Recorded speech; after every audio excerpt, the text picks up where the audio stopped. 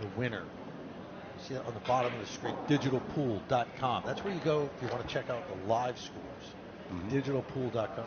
And Eddie and Noel, I see you guys on it over here. Yeah. Okay, keep us up to date on anything going on the outside tables. I actually walked. There's a Filipino by the name of Jundel Mazon, somebody you're very familiar with. He is in the losers bracket, let's call it that right now.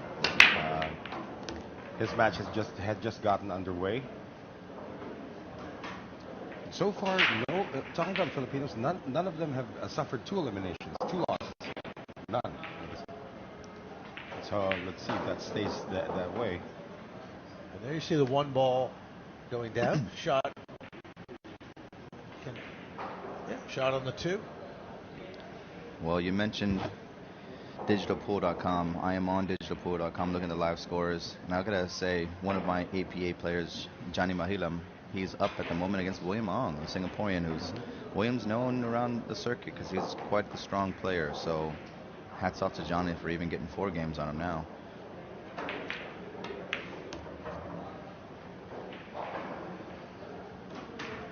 Another candidate for a run out here. Yeah. For Dang Tan Tien.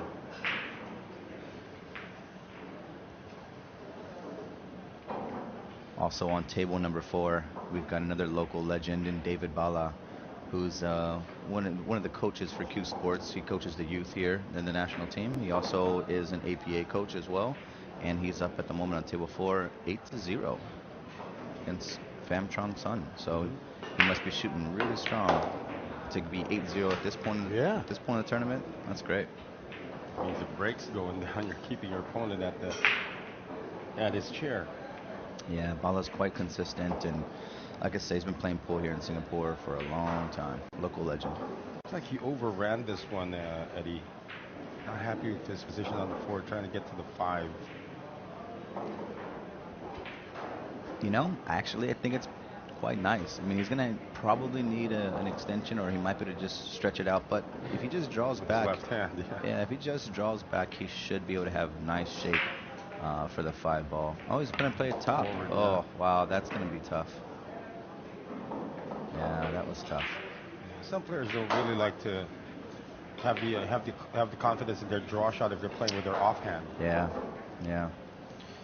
that was tough.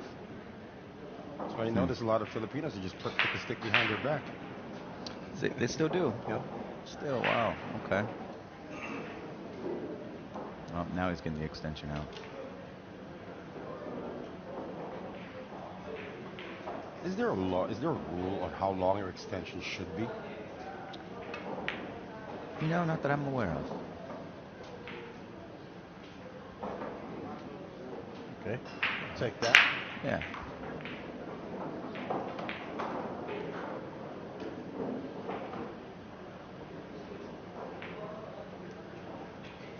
Long-time pool fans may notice the color of the balls are sort of back to traditional colors here.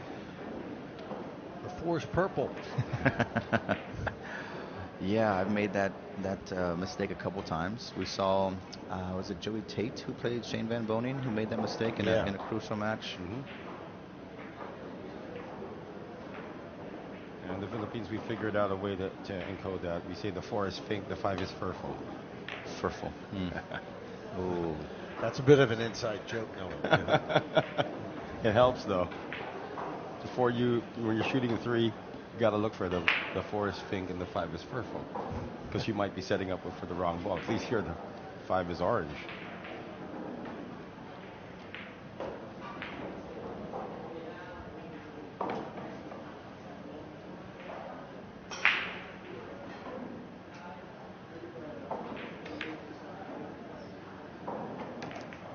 Just had enough room to get that 5 ball down.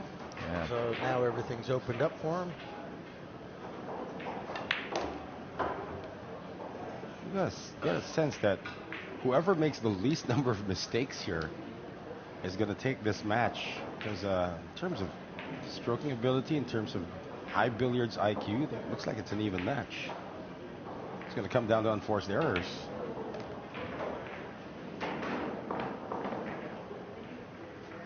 And a little bit of luck.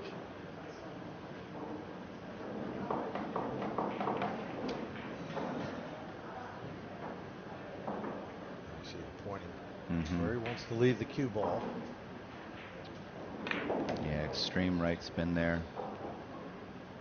He had just enough of an angle to get that spin to take shape on the 9-ball.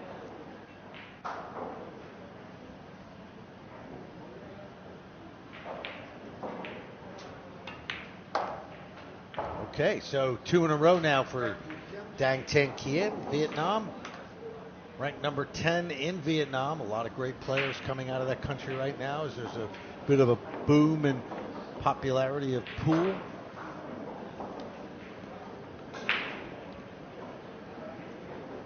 He leads China's GJ 2-1. Race to 9. It's winner breaks under the WNT rules. It'll be interesting to see who actually makes it to the top 32. Well, we are just based on some of the names. You know, we got the Coe brothers. You've got all these great Filipinos. You've got Aloysius in there. Aloysius, Yap, great player from Singapore here. I mean, we're guaranteed to be treated to some really high-profile showdowns. It's going to be a lot of fun.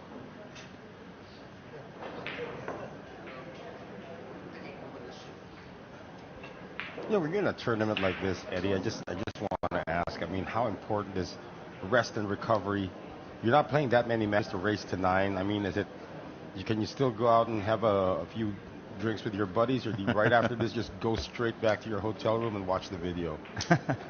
Well, it just depends on the player and their mental state, right? You know, some of them don't drink, right? You know, they don't want to really mess up anything that's going to alter their game or their focus, right? So I think, you know, a lot of these professionals don't need that extra bit of beverage to take the edge off or take the nervousness away, because they're already nerves aren't here anymore, right? That shouldn't phase them at this stage of the game.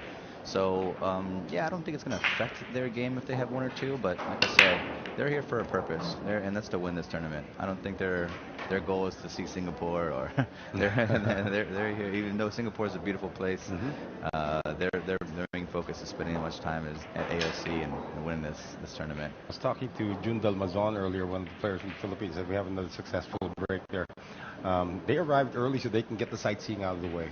There you go. And then just concentrate on this. I mean, he traveled with the kid, AJ Manas from the Philippines. I mean, it must have been father and son when they were walking around. They look like father and son. But yeah, some of the Filipinos, you know, let's get the sightseeing out of the way. We do the sightseeing later because we have a job to do. Pretty much, I guess, all the nations that come here. Now, this guy's, Chad, this guy looks dead serious about his game, though. He's showing us a lot of pretty high quality skill. Talking about Dan Tan Kien.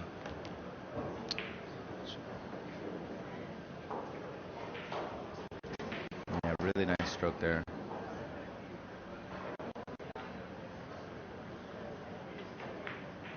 And I believe, Ted, we had this conversation already before about the cue ball that has a lot of pimples on it, because it's sort of like it teaches the people exactly how, you know, the cue ball gets to spin. Yeah, you can see the spin on the ball. Yeah, as opposed to just a plain white ball.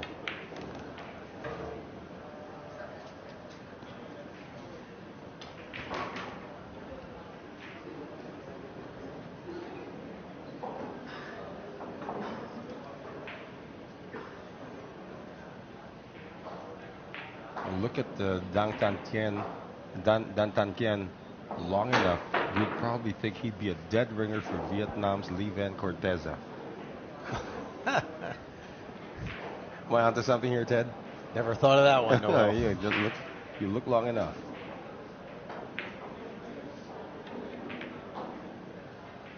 Ooh, he's missed it. It's the first unforced error we've seen. Yeah, and I know it was a pretty makeable ball, but the shape was tough, right? He had that little window between the 6 and the 7 there to hold the cue. Any further, and he wouldn't have had a shot on the 6. But you know, I would have fancied him to make that shot actually. Instead, GGS got everything out in the open. Yeah.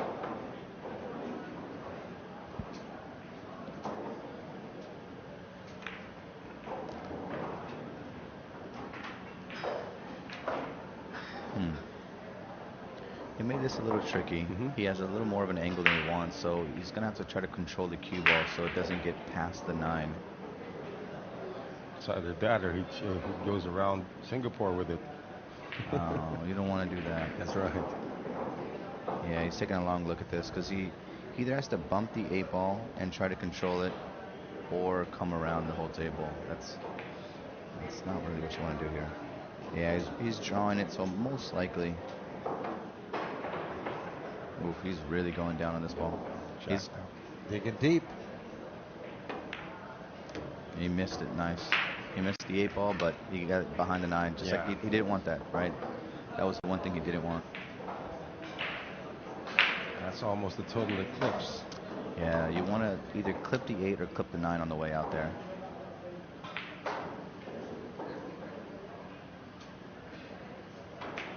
So you're saying he purposely did not hit it, either of them, right? Or he tried to.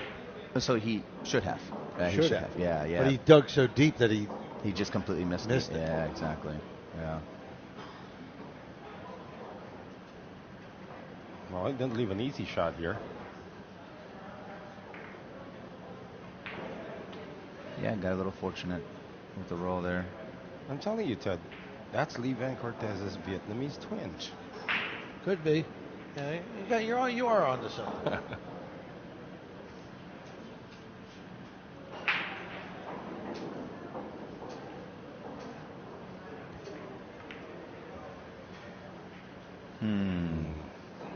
It's just unforgivable, that one. Yeah. That's a scene out of The Empire Strikes Back when Yoda says it's either you do or you do not. There is no in between.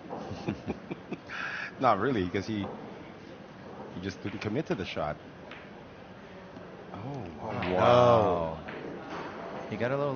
No, he didn't. Wow. You saw how fast he stood up after he struck it? That's shocking. That is. Well, pay attention to that moment. 3-1. Is that in the cards for Dang? So we've seen him masse earlier. I don't see him getting the jump cue out right now. Oh, does he have enough of it to just play the rail first? He's jacked up a little bit. There's going to be some masse here.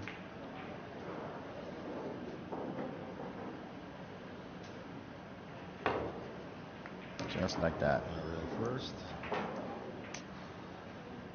And just to borrow a term from our fellow billiard commentator Bob Guerrero, Ted Lerner, that's on the 50-yard line right there.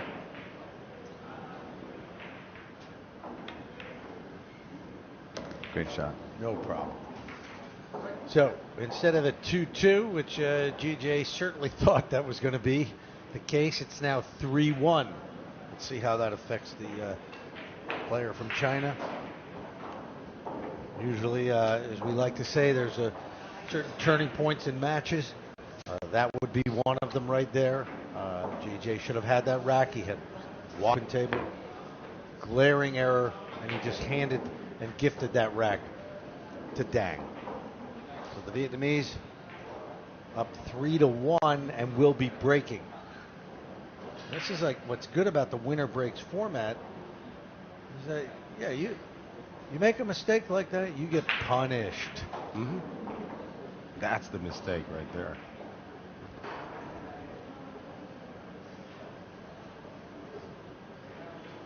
And you should be punished for mistakes. You shouldn't have, you shouldn't be able to get away with it.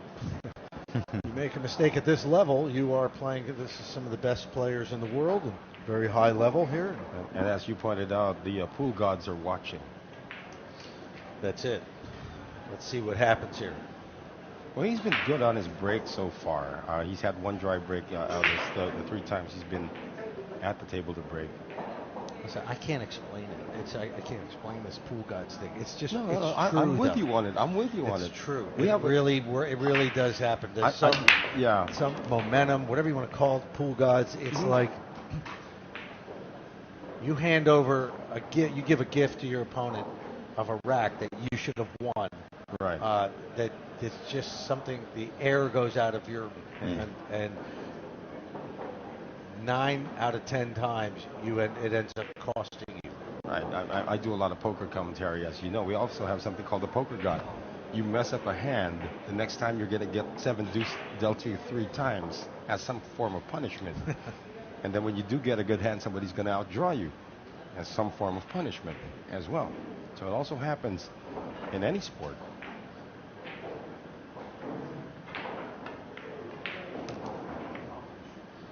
Ran into the 3, solved that problem. Nice shot. He really solved that problem, because I was about to say that the 3 ball was the problem ball at this table. And there's some pool players, Ted and Eddie, who are just natural problem solvers. Yeah. I mean, we see a situation that, how's he going to do that? And they find ways of getting it done.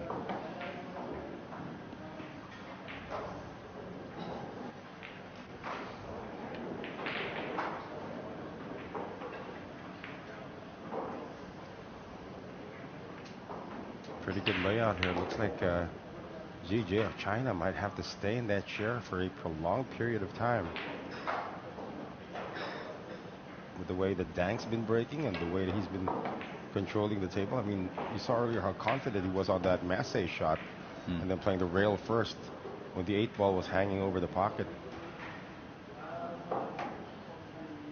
And Ted Lerner's pool gods are now starting to smile on the gentleman from Vietnam. Guarantee it. Yeah, you just go back to that last match that we had. Pei Wei Chang was supposed to go up 6-3, and then he missed an elementary shot. He never won a single rack again. Yeah.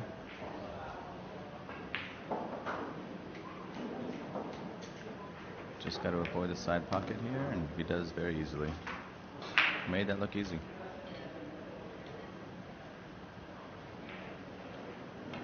There it is. So now he's up 4-1. Instead of it being 2-2, it's 4-1. And maybe it has something to do with when your opponent gives you a gift like that, it takes that pressure off of you. Because these matches there's a lot of pressure here. It may not look pretty calm, but it's a tough sport to make a living in. If you don't make the final 32, you're not getting any. You're not getting a penny. And even making the final 32, you might still be paying more for your airfare than the prize money. It's so there's a tremendous amount of pressure. It's just anything you can do to relieve the pressure, make you feel good, get back in stroke. And on the other side is that you gift your opponent a rack. All of a sudden the pressure's just piled on your shoulders. You know, the worst sin that you could do to the poker gods is that you have ball in hand on the 9 ball and you miss it.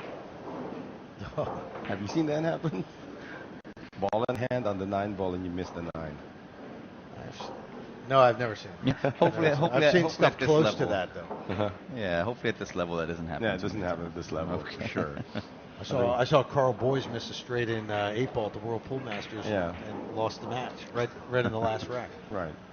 But wasn't that because he was taking a position when he was asked earlier on? No, he had his family there. It was in Nottingham, England. So he had a lot of his family there. They were partying it up, and they were whooping it up and everything, and so he was paying attention to them. You got to pay attention to every shot, right? Absolutely. You cannot take anything for granted. Well, this break, he was breaking so well, gentlemen. It's come up back in time, but this gives an opportunity for GGA to punish him. Remember that famous Sid Waddell. Jimmy White went up against Efren Reyes, and I'm pretty sure remember that miracle shot of Jimmy White.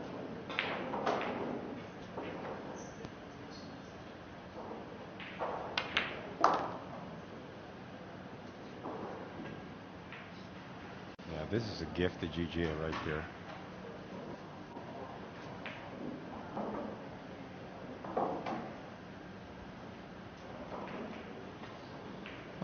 Yeah. There's still some traffic to get through. It's 2 to 3s. Got to get by the 9. Got to get by the 5. Should be okay, but there we go. Nice shot. I know they make it look easy, but let's not discredit them. Yeah. And even mastering the table speed already. I mean, some tables that wouldn't have made it there. Some Yeah. tables that would have gone way over. Absolutely.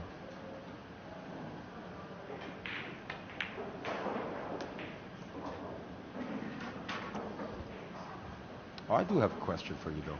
Why is it easier to make the side shot in snooker as opposed to making a side shot in, I mean, in snooker, like I see a lot of players like effortlessly making balls at the side oblique angle here. It's like you hardly do it. Really strange.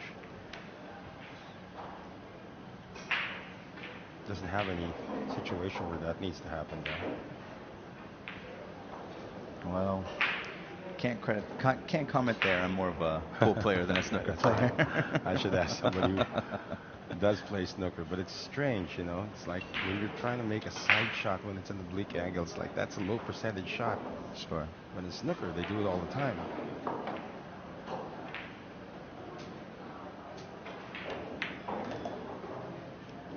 Okay, some good shooting here from GJ. Absolutely.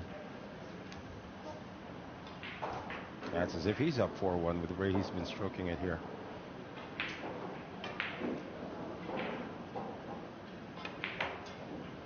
Oh, no. Well, commentator's curse. I didn't say safe to say, though. That's like the commentator's worst thing. Well, it's safe to say, boom. It happens. Yeah, it's painful, isn't it? Yeah, absolutely. See it right on his face there. Oh. Wow. What happened there? Talk about painful. No kidding. What in the world? Just about anywhere on the table except there. Yeah, that speed. I mean, he's got the entire top, like 75% of the table to work with. Exactly. It's like putting your finger on the rail and then the break shot hits you on the finger while your finger's on the rail because you got the whole table and then the cue ball hits you and it's like, oh my gosh, you had the whole table and you found my finger. Well, this is the same case right here. Too soft, okay. Too hard, okay. This one, no way. He's jumping.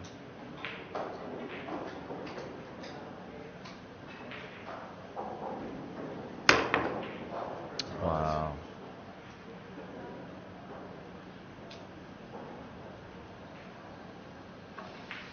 Here's one of those turning points again. And the sound of the contact was That was just a horrendous sequence for Dang. GJ, I'm not even sure about that shot. Dang's not even, he's over there kind of laughing at himself. He can't believe how ridiculous that was. Yeah, he sure is. So now that the pool gods say, hey, this guy from China is doing something right. Let's side with him. Well, you wait and see. Yeah. 4-2 now in favor of Dang of Vietnam over China's GJ. Day 3 of the TE Capital Nineball Open. Promoted by APP, Asian Pool Promotions.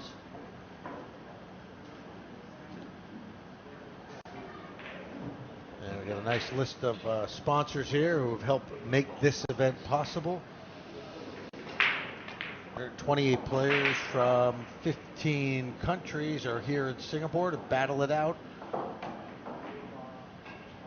Yeah, he just flat out missed it, Eddie. He sure did. Yeah. Ted, you mentioned some of the sponsors. One of the sponsor bars that is alongside this tournament is Good Cheer Bendemeer. And so there will be an event this Saturday, so tomorrow. It's called Play with the Stars. So you'll have Johan Chua, I think Koping Yi, they'll be there, along with the Aloysius Yap and others. So play with those professionals, get your autographs, get your pictures. This must be at night. Or It's at night, 8 p.m. After this event. After this It event. has to be after this event. 8 p.m. And I believe there's still some tickets available, so get them while you can. Oh, look at that one ball. That's like rolling a 30-foot putt, and it made it just in a quarter inch. It just looks like it's going to go. At the very last second, it stops. I mean, you can't even go rail first in this one. It's so deep into the into the pocket. Looks like he's going to force his opponent with this push shot into a jump shot.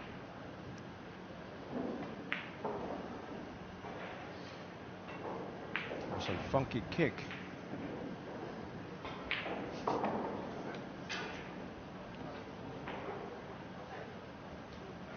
Talk about jumping off when the ball's on the rail. It's going to be very hard to do.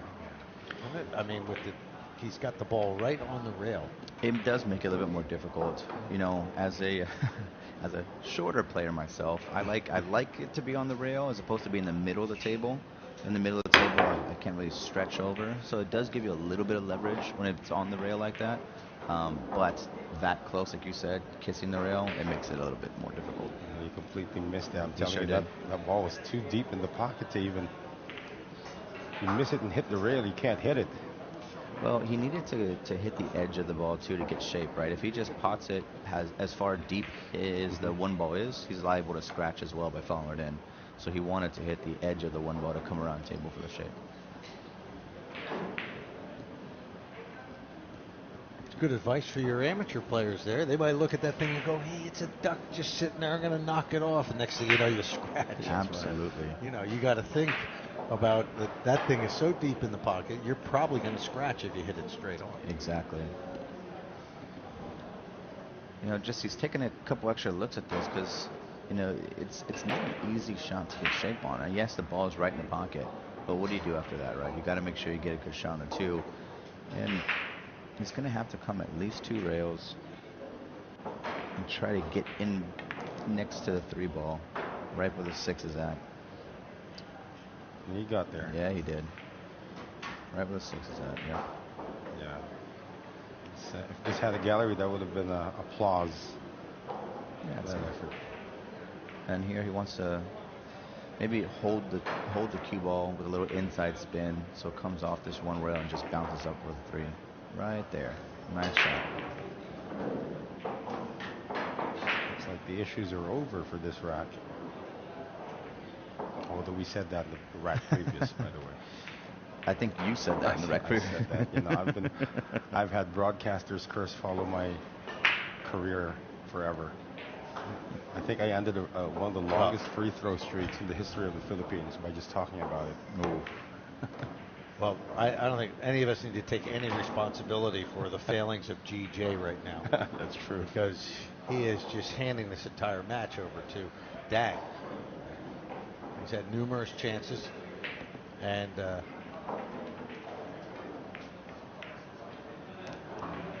Dang's had a few mistakes himself, but GJ almost like he's rooting for his opponent here. This is just, it's going to get away from him quickly. Race to 9, winner breaks.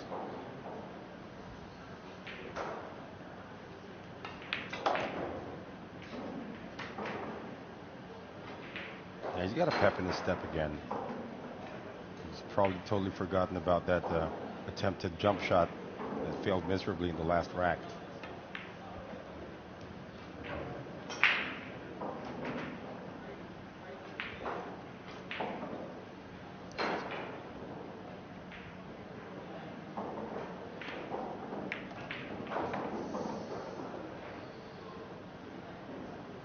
Okay, this time he does it right. So this should be this is a no-brainer right here. Nineball to go up 5-2. There it is. So Dang moves up by 3. Race to 9. Winner breaks. He'll be back up in rack number 8 to break. So I got to mention we've got a couple APA players playing right now. Those are your APA. Yeah. We didn't have to mention that you are the APA guy here in Singapore. Thank you for that. I am. Let's you know, we got to give you credit, man.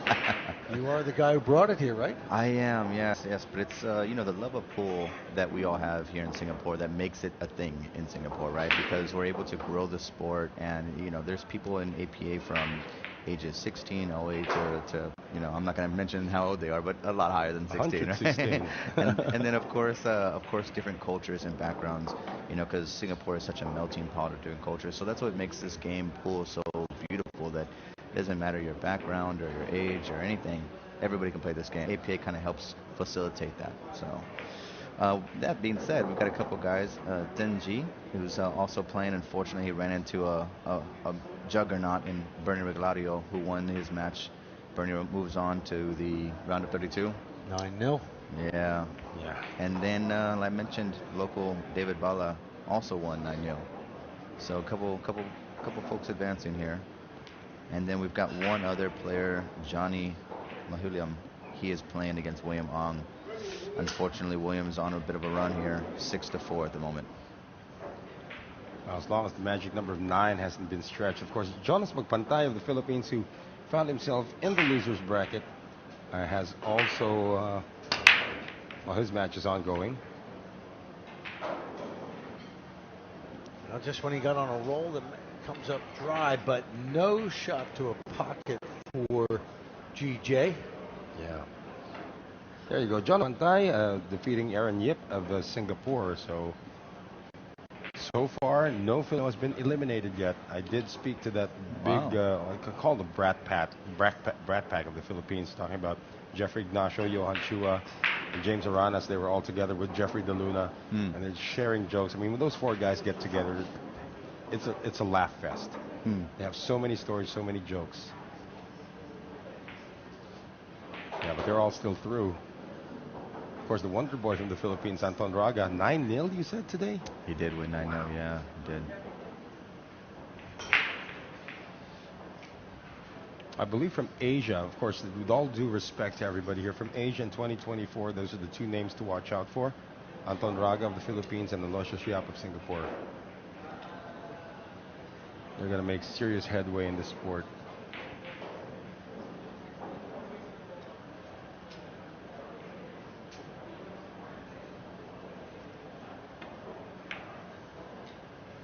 Great shot. That was well struck.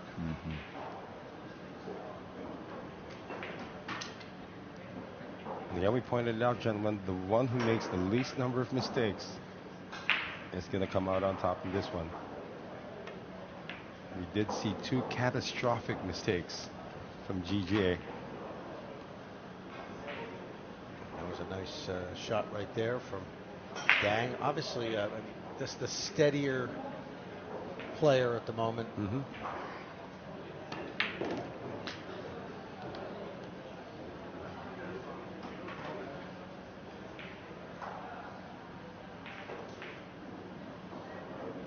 I wonder how much of their game is going to change when the shot clock is introduced.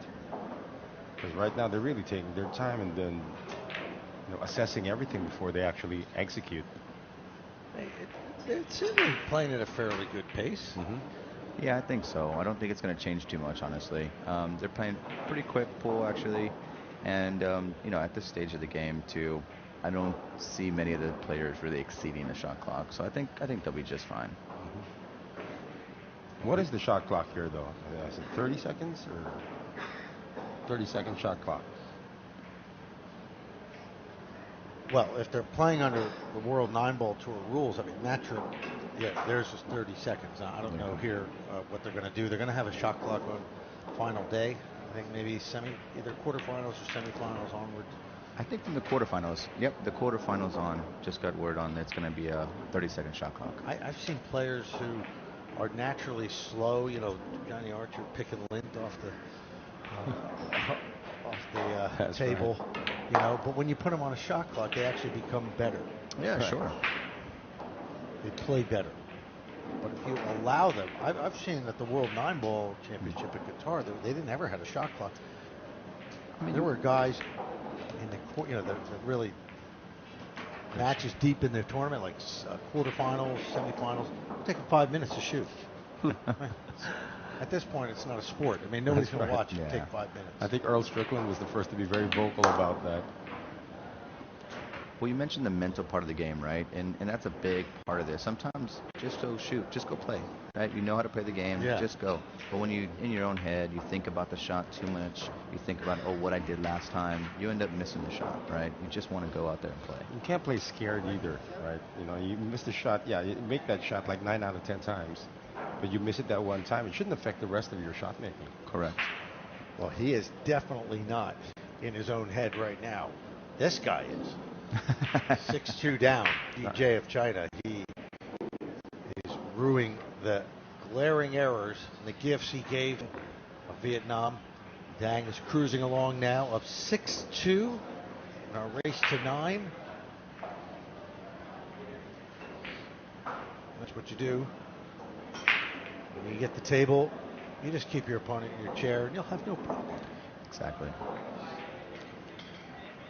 Well, I know we're harping a little bit on GJ's mistakes he's made, but we also have to give credit where credit's due because Dang is just putting a number on it. You know, when he gets to the table, he's making the shots, he's executing.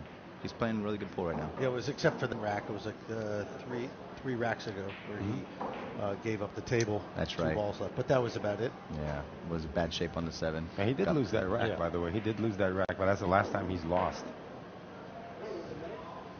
There you see the score line. So it'll be Dang Tan Kien from Vietnam. The finish line slowly but surely in sight. There it is. There's the one. Oh, 9-ball, very close to going in. Very close. And not a good-looking shot on the 2, though, gentlemen.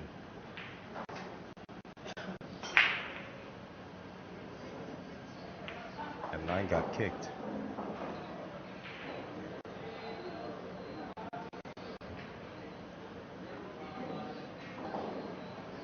What do you guys play in APA? You play 8-ball or is it 9-ball? We play both, 8-ball and 9-ball. Yeah. No 10-ball, though. No 10-ball, not yet. Yeah. We have a little more friendlier rules for the amateur player in APA, but we do play both of them, and it's been growing, and people love it. So the sport's been getting bigger and bigger. Not quite sure what he wanted to do with that 2-ball. It looked like he was actually going for the combination, but failed attempt, and now we've got a shot for GJ. He'll probably have to play the combination. Just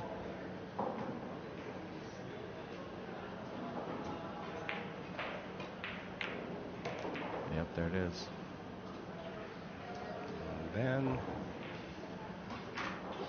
looks like he has an angle to travel to the 3.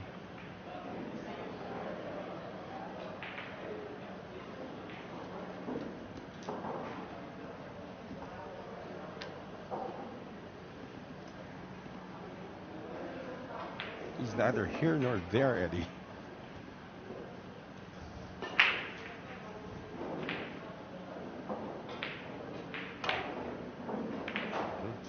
Oh, he's going to get lucky, though. Wow.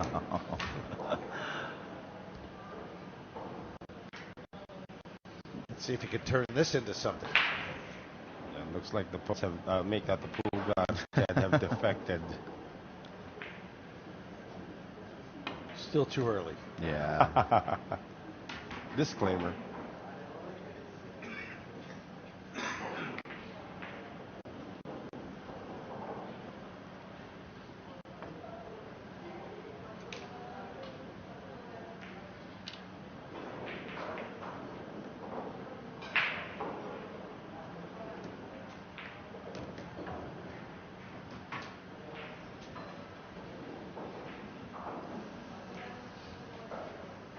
One thing GJ has not done in a long time was break.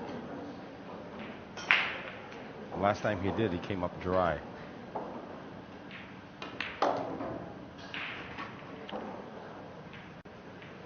I'm hoping he finishes this rack, but please, no more commentators curse. I'm not saying a word. Leave your pen down. Don't mark the score up. I'm not even looking anymore.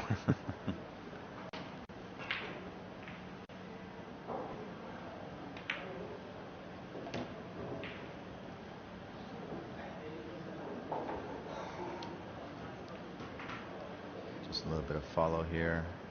Should be to get. Oh, we just put him bottom. Yeah, Wow. rolling it back the long rail A bit surprised by this. and off the long rail.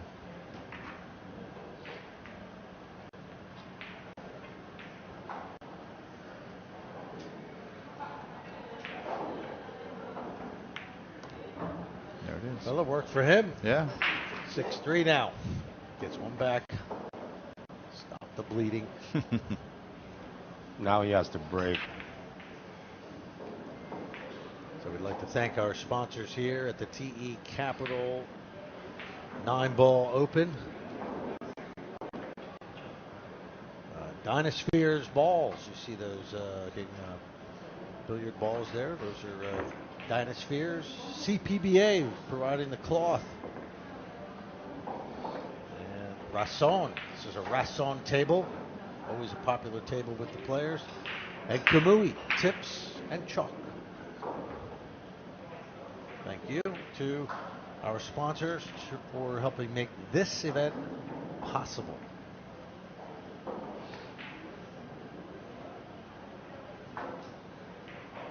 So that rack was not without some luck as well. You saw how the contact of the 7 to keep GG out on the table. It all comes down to the break. I mean, this is not yet over, not by a long stretch.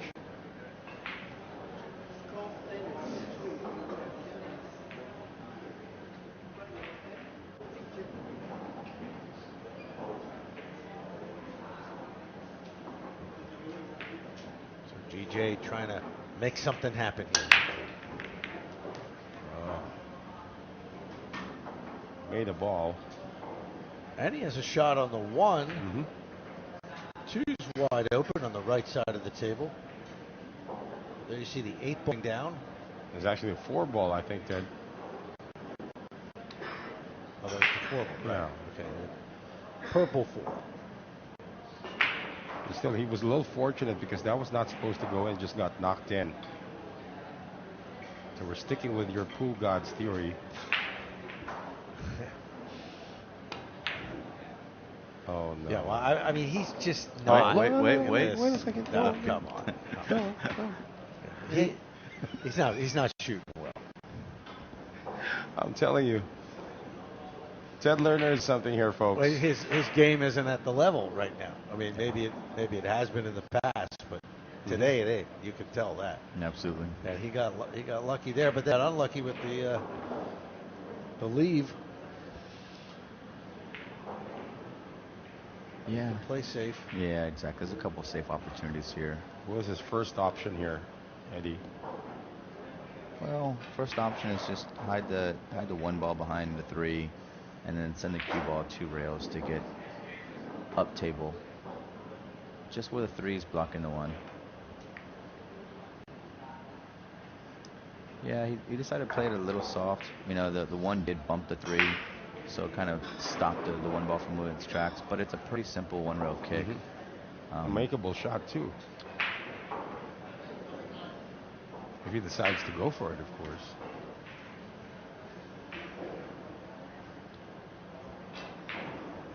Yeah, if he decides to go for it, he might opt to go 2 rails.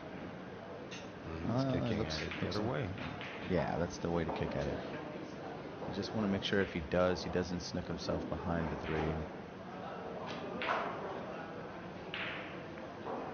Oh, didn't even try to make it. But again, now he gives back pretty much the similar style of defense where you can just touch the edge of the 1 ball, try to hide as much behind a 3, and send the white ball 2 rails down table. And that would be jail if he can get away with that. Pretty hard to do it with the bridge as well.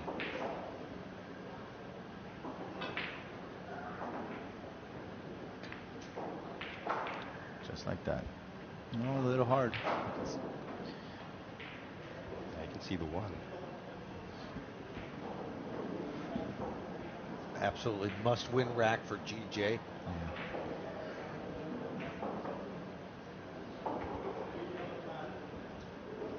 He's been up against it pretty much this entire match. He led 1-0, and then ever since then, it's been mostly Dang Thanh Kien of Vietnam.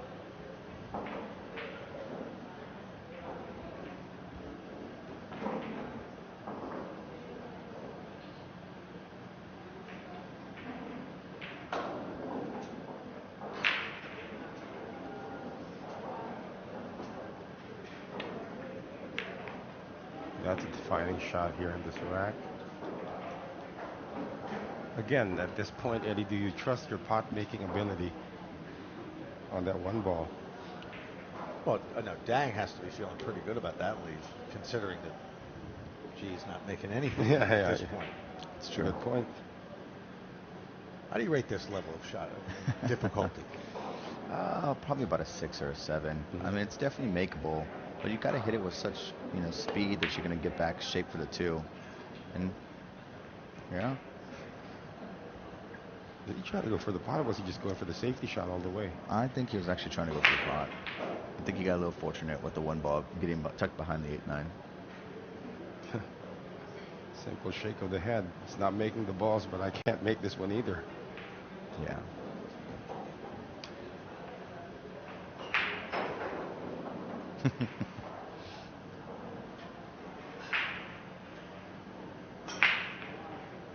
This would be pretty if he can tuck the cue ball behind the 3. No, he went the other way, behind the 8-9. Oh, not there though.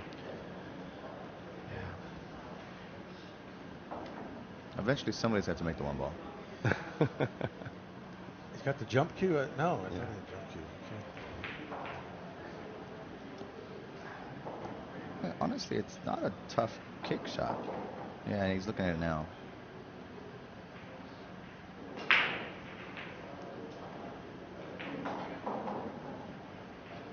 Yeah, it's like a 95% eclipse. Unreal.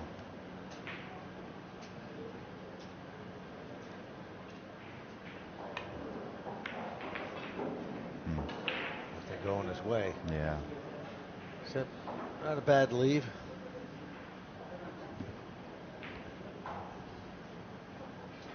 Well, the question is the 1 past the 2? That's question number 1. Question number 2, do you go for it? If it does. Oh, if it does, you certainly go for it. But it doesn't. It doesn't go past the 2.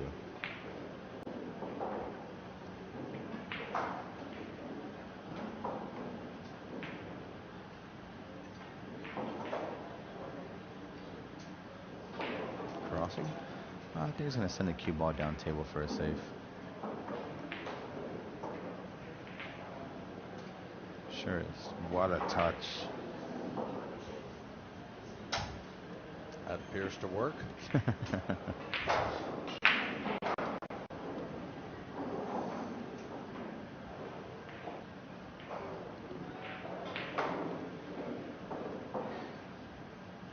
that's Beautiful shot.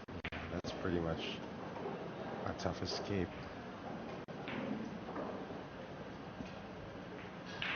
Yeah, that's all he's got, right? I need 2 rails.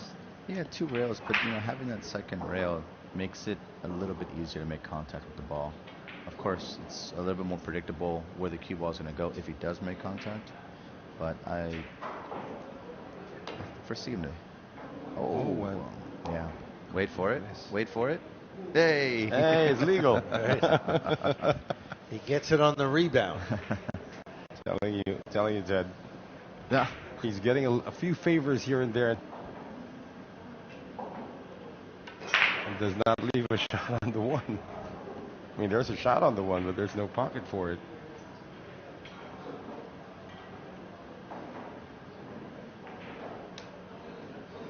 Now, how many minutes have we been fighting over this one ball? I was just thinking the same We're thing. still on the one ball here. It's the same match, right? It's the same game. Yeah. Yeah, well, there's a mistake. Yep. Now the question comes again, do you trust your shot-making ability? Well, eventually you have to. That's true, that's true. I mean, he's got a shot in the side pocket. Let's see where the 2 is.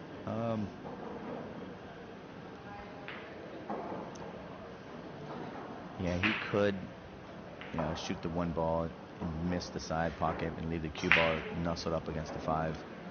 But like I said, at some point, defenses aren't going to win this game. You got to start. You got to start potting some balls.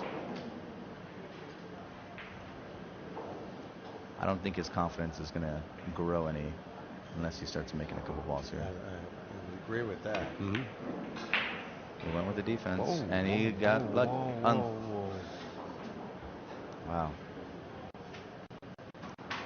How many times has he gotten away with this? More than a couple. Because that defense wouldn't have been there. He would have left the one ball open for Dang to shoot. And now he gets the shot at it.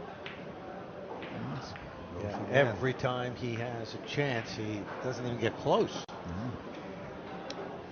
Sometimes when you start talking to yourself, you know you're in trouble. Yeah, it's a rough outing right now for GJ. Yeah, he knows it. Yeah, you can see he is completely dejected. He's left a wide open table here for Dang.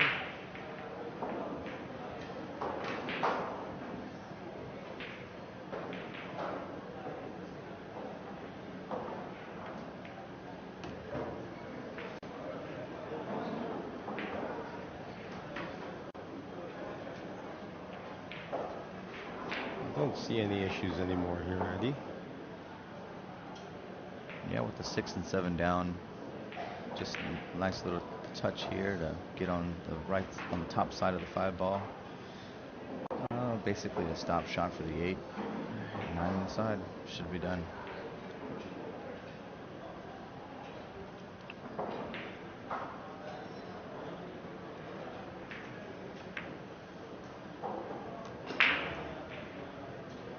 Yeah, back on track though. Yeah, he's in total command of this match. He's not played perfect, but he's played good enough, and GJ just all out of sorts. Cannot get it together. Yeah, that's well put. Not playing a perfect match, not playing his best, I'm sure, but he's playing well enough to win. So don't forget, now this winner of this match into the final 32, that's the knockout stage. This is the qualification where we played double elimination. We started with 128 players. Nobody was seeded. 128 players. It's a free-for-all. You win 2, you make it into the knockout stage. That's the money rounds. If you lose 2, you're out. So make playing billiards easier. Well, it's always easier when you play a guy who isn't playing well at all. Right. Okay. But it did start out pretty well there. He did make a ball on the break. He got some fortuitous rolls. Did you see the way he moves when he shoots? He's not even cueing properly. No, he's not steady. He's not himself today.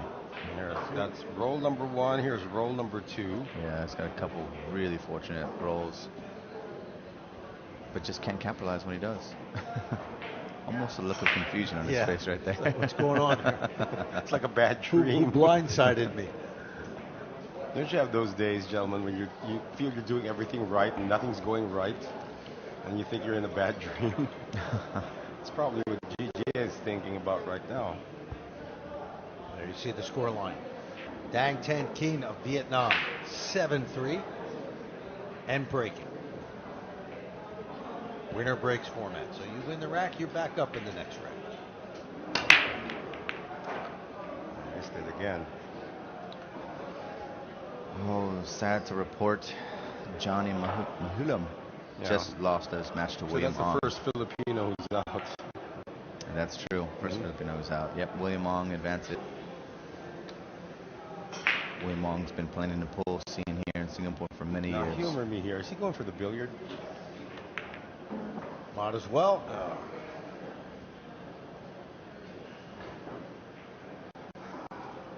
Think about the Filipino losing in the early round, the knockout stage here. In the double elimination stage. The good thing is, there's like 10 or 12 other Filipinos 16. here. 16. Okay. 16.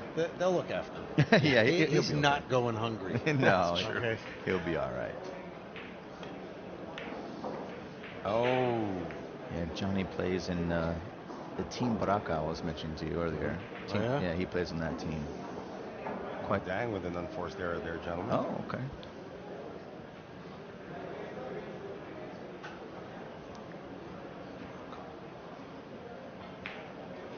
Now these the Filipino players sometimes they pull their resources together, get 4 hotel rooms, even if there's like 16 of them, and then they just pay for the extra bed. That's just. He just can't do anything. I mean, even his shots are not even close to the pocket. He gets a little fortunate here, though, guys, Yeah, because he's been getting a little bit lucky, but it's just a matter of time, isn't it? Before It certainly feels that way. yeah, it goes down to defeat. It's an ugly display. I'm sorry, I hate to be so harsh, but that's the way it is. I'm sure he would agree. I mean, there's some times when you really have an off day. You wish there wasn't on the TV table though, because you got 3 commentators talking about it. Yeah. There's an offensive option here, right, Eddie? He can bank this. Oh, it's a very tough option, but he went. Looked like He's going for the 9. I don't think that was the intention, but Now it lines up. Yeah, he gave it away. That's the reason why you don't usually want to go for those tough combinations like that, because if you don't make it, then you just leave it as a sitting duck for your opponent. Yeah, that's in boxing parlance, Ted Lerner. Somebody went for the haymaker and then got knocked out with a counterpunch. Talk about Manny Pacquiao against Juan Manuel Marquez, December of 2012.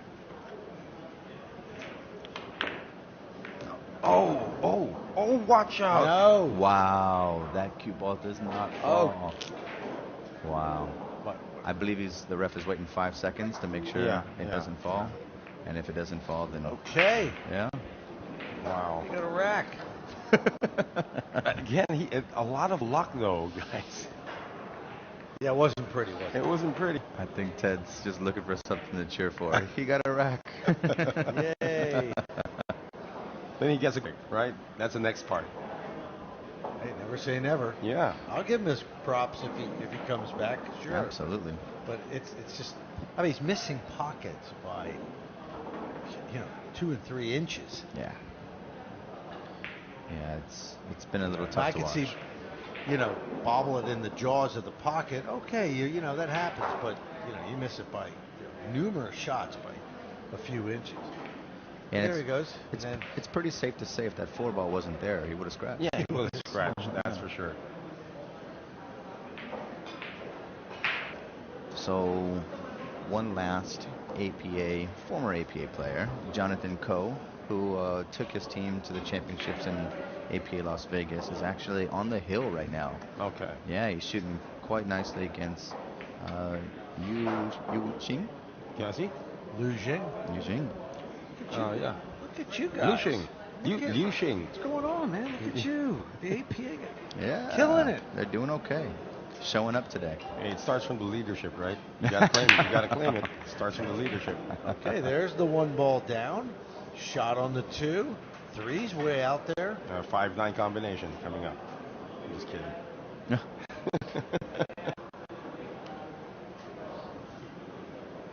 I mean, finally, right? The thing is, can you execute? Look at well, he's already shot the 2. Yeah, no issues here.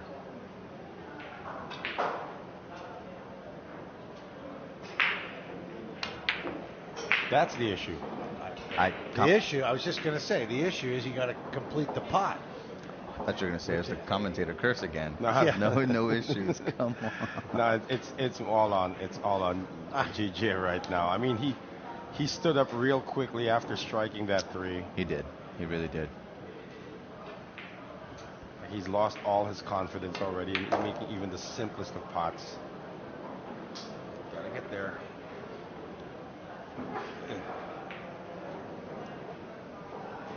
Barely.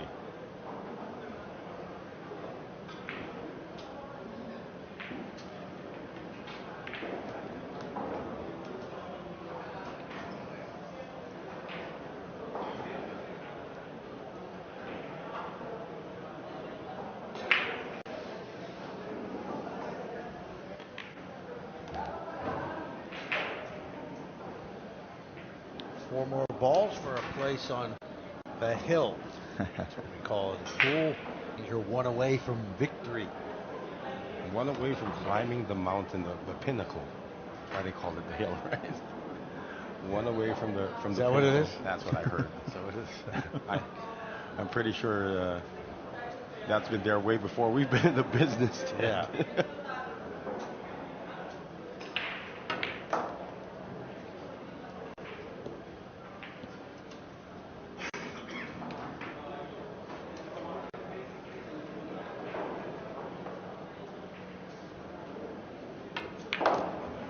Notice how silent the commentators suddenly become. Wait. A little more work than he would have wanted. Yeah. Yeah, a little bit here.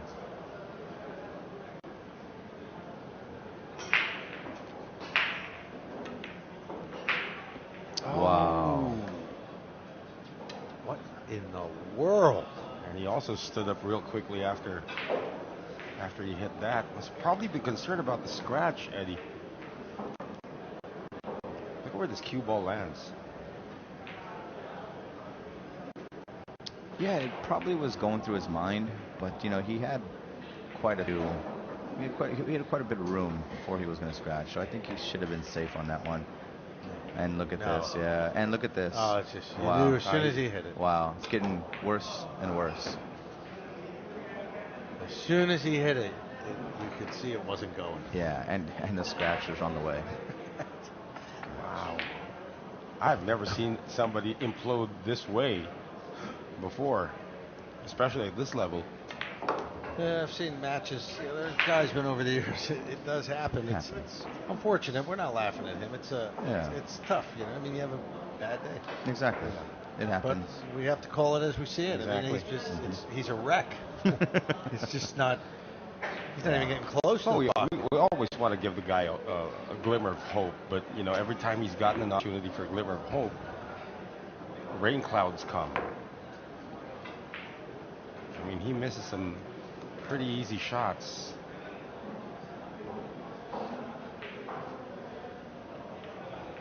That's a clincher, of course, when you scratch on the 9-ball.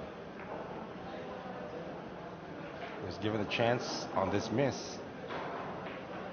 It wasn't an easy shot by any stretch, but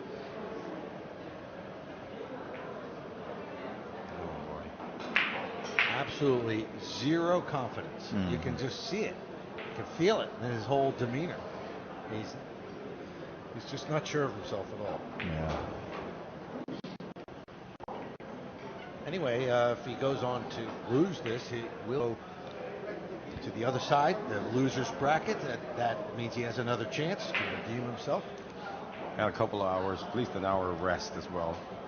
He can collect himself, take a walk around Harborfront.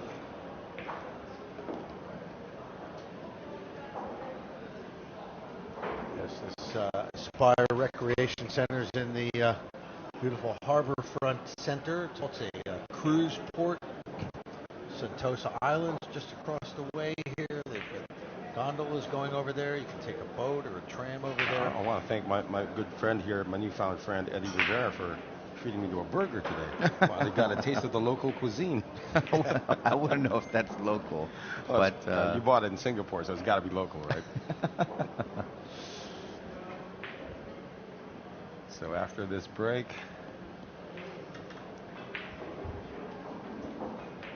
well, Dan Tan Kian is taking a good look at this right now. At 1-ball.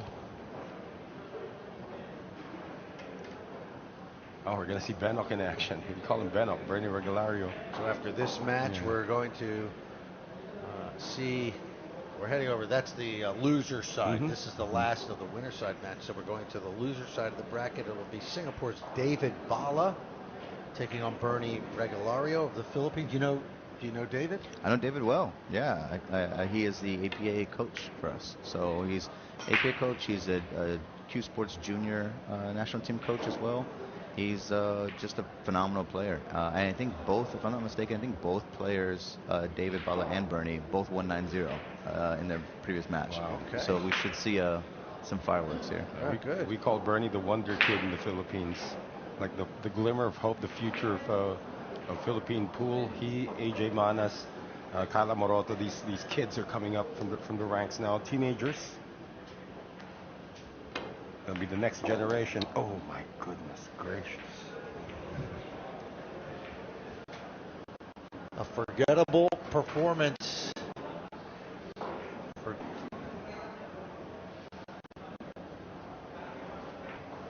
the ball in hand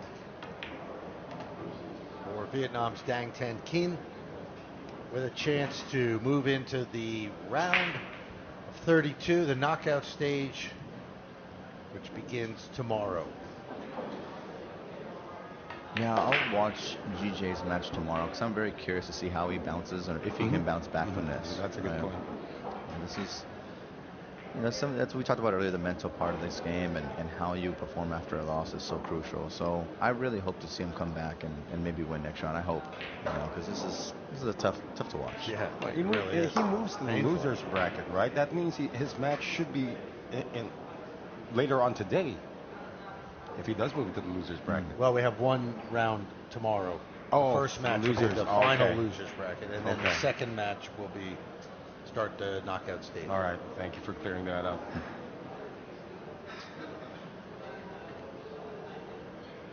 In not a good position on the 6 here, though, Eddie.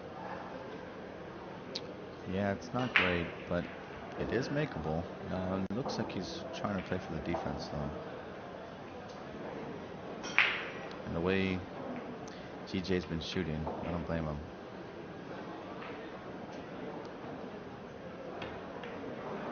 Oh, I went for it. Nice. He got lucky, though. Look at that. He still has a shape on the 7 enough to pot and come back around for the 8. Or not to scratch as well.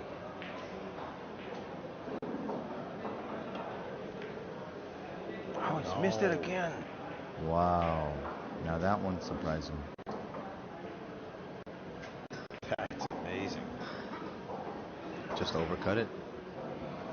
Certainly did. And Well, there's this life match, yet. yeah, this match isn't over. There is life yet. Oh, he might even make this 9. He's not making it, but he's not no shape on the 8. He can bank the 8, though.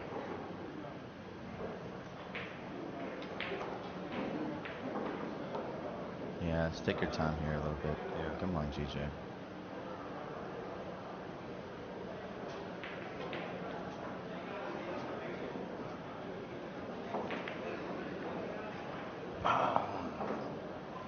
That was a little too ambitious, wasn't it? Yeah, I think so. I am quite surprised he didn't even look at the bank. I think the bank was on, and he would have just had great position on the 9. It's not an easy 8, though. Down. They're shooting the same pocket he missed the 7 earlier. He's Nice. successful now. This 9 ball for a spot in the final 32. Dang Thanh Kinh with a 9-4 victory over GJ China, who, lucky for him, will live to play another day. Maybe today on the loser side. So he does have a chance, but he has got a lot of work to do to get back in some kind of playing shape. I don't know how he can bounce back from that performance. Just a forgettable performance from China's GJ. There you see the final score, 9-4 in our winners bracket here at the TE Capital Nineball Open Championship. And we've got one more match for you today. It'll be Singapore's David Bala and the Philippines' Bernie Regalario, and that'll be coming up in just a few minutes. Stay with us.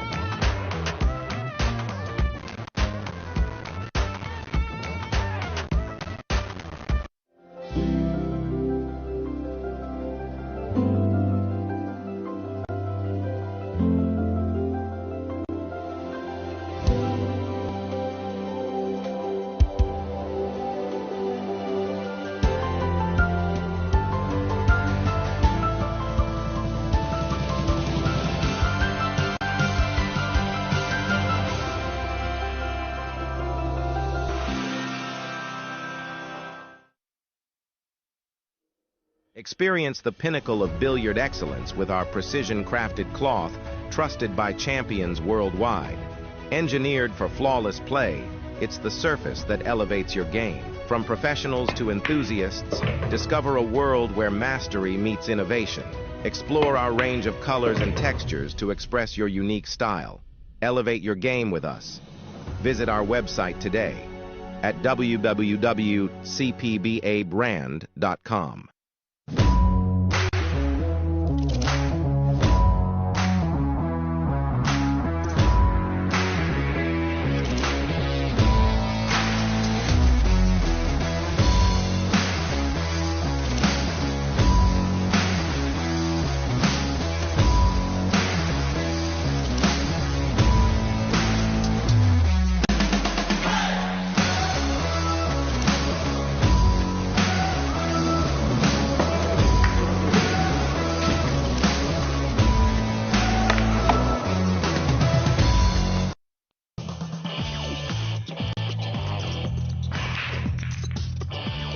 You don't have to play like a pro to enjoy the game I love.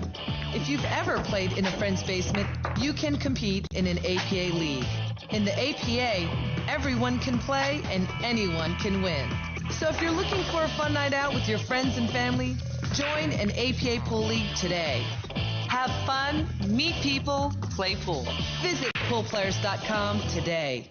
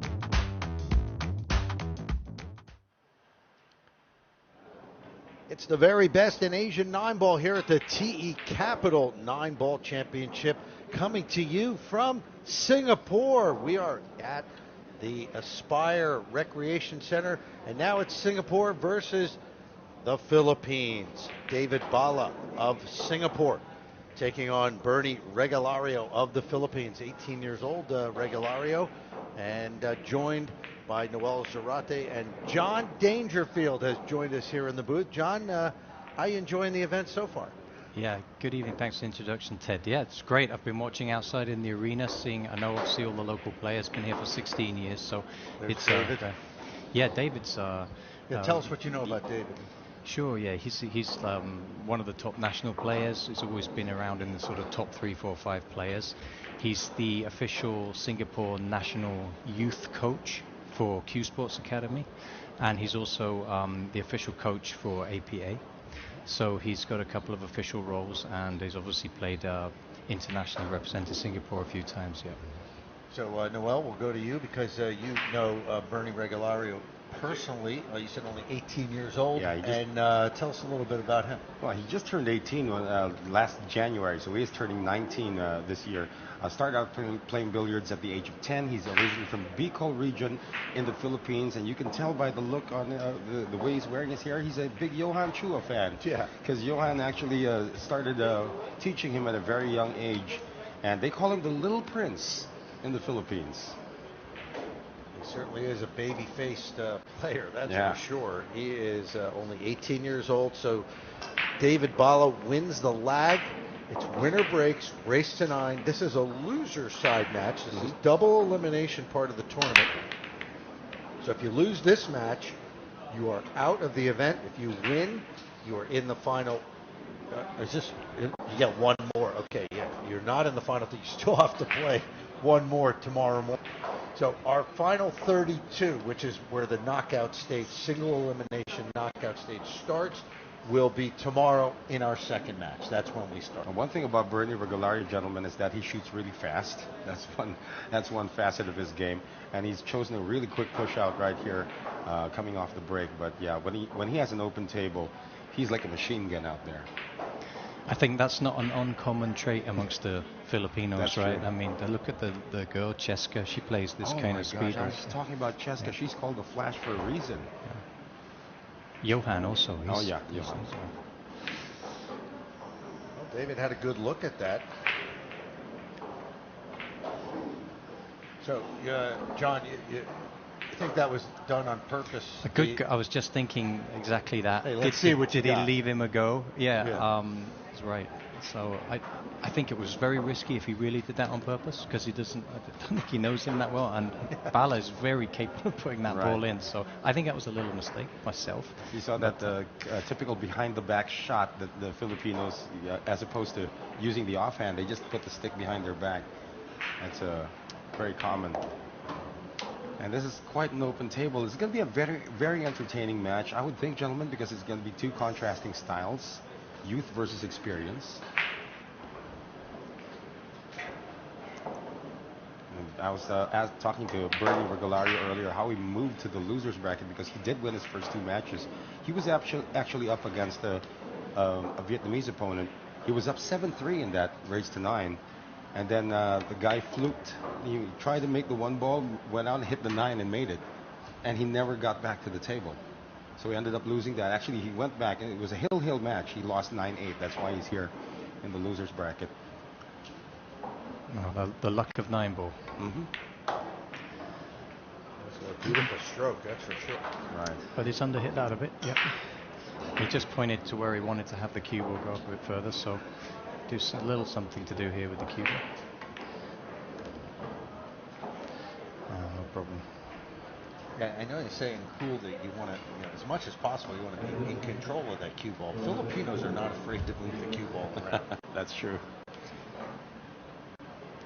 There's a lot of real estate there.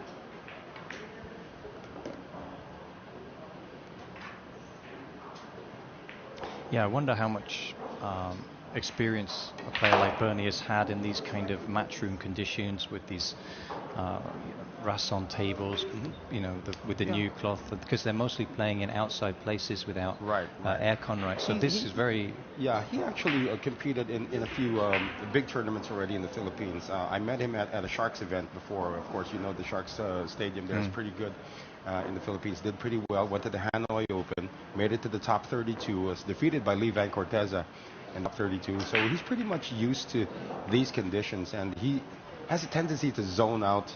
I mean, he's just there. When he sees the pool table, that's all he needs to think about. Okay, so he's already had, and they used the same tables in Sharks and in the Hanoi. Pretty Open. much. It was always this Mr. Sung version of the rasson, right? Pretty much. You see how quickly he adapts to the speed of this table. Although you did point out, gentlemen, that he did overrun the 6 earlier. So it was Bala to break, but it was Regulario who took the rack. So now he leads 1-0, race to 9, and he'll be break. Winner breaks format. We're playing under World Nineball Tour rules here. There's a break box, and obviously players trying to get that one ball to go on the side. How do you assess how players are doing with this break box? Is it making life more difficult for them? A little bit, but they have worked it out, and of course they're trying to draw the cue ball off the side rail and come back into the 9, hold the cue ball, and maybe make the 9 ball. And then you see that in a lot of the tournaments, the top pros are making that 9 ball 2 or 3 times in a match sometimes. So when you can see it there. The cue ball went off the rail. Yeah, very nearly hit the 9 ball. Right. So in the old system with the 1 on the spot, you're looking to put a little bit of outside spin, bring the cue ball back up the table. Whereas this is actually in some respects a little easier because they're just looking to put a draw and center on it so that the cue ball comes and bumps into the 9 and holds the cue ball there, but maybe makes the 9. And some players, when they get the measure of that, they'll make it a few times in a match. So leave it to pool players.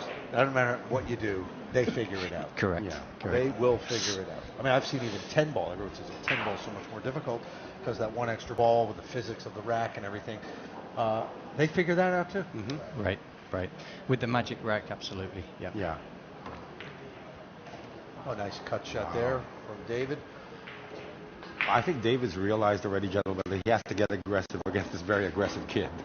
You got to beat him to the punch. But where did it end up? Yeah, he was trying to bump the 2 there. I'm sure to hold the cue ball. Jump cue. One airborne.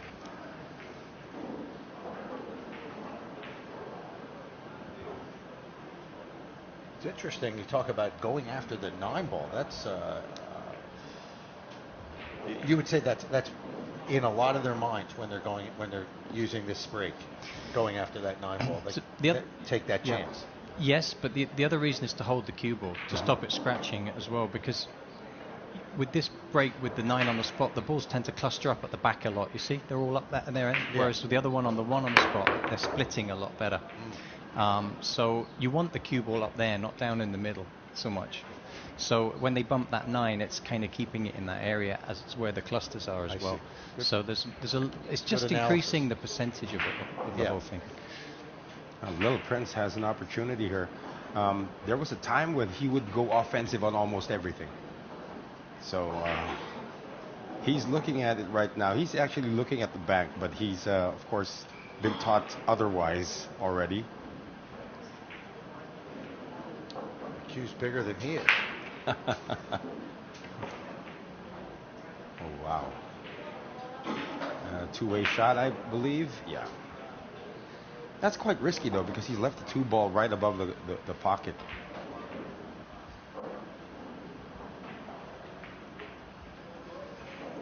I'm telling you, he could be Johan Chua's young son. Or James Arana's, for that matter.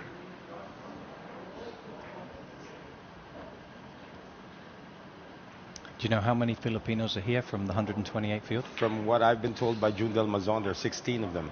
Right. Not even counting the ones who are based in Singapore. I think it's 16 that just traveled. Some of them came from Taiwan.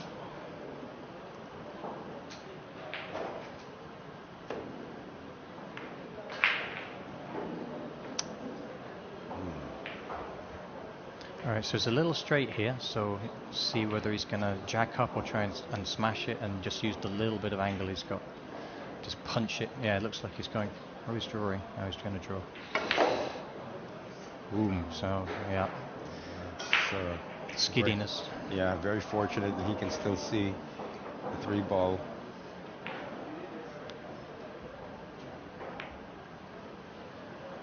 That's something that Bernie's developed over the years. I'm saying he started when he was 10, so he's 18. So in his 8 years of playing, he's learned how to play a little bit of defense as well.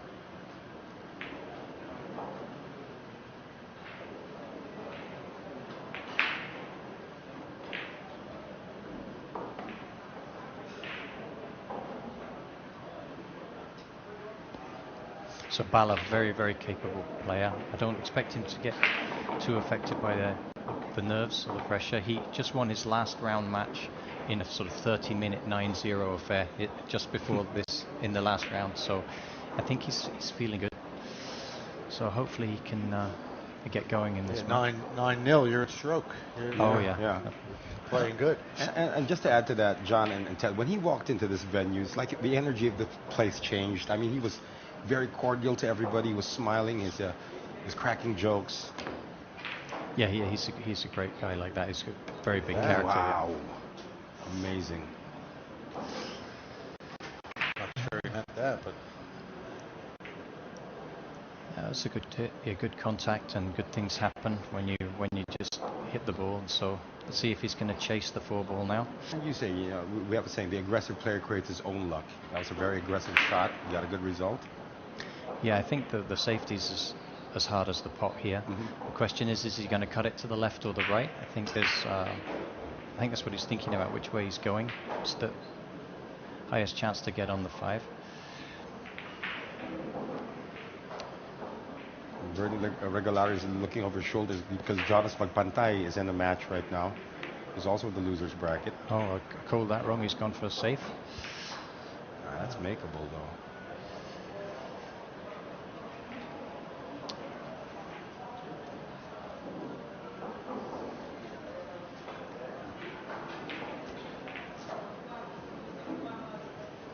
Perhaps it was a scratch, the cut shot. He's, I think he can get straight through to this without even needing to jump, right?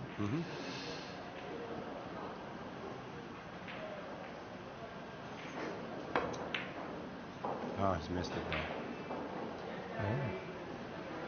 He's gone for the harder shot to get the nice position. Yeah. Hasn't paid off in this way. Orange 5, he did get position on it, but yeah, he didn't make the pot first. So Bala now with a chance to get on the board. I like it that Bala's very deliberate in his in what he's doing. He's not rushing things. He knows there's no shot clock, so he's really going to take his time, considering all the options. Mark of a veteran. He's still wearing the Hanoi Open shirt, by the way.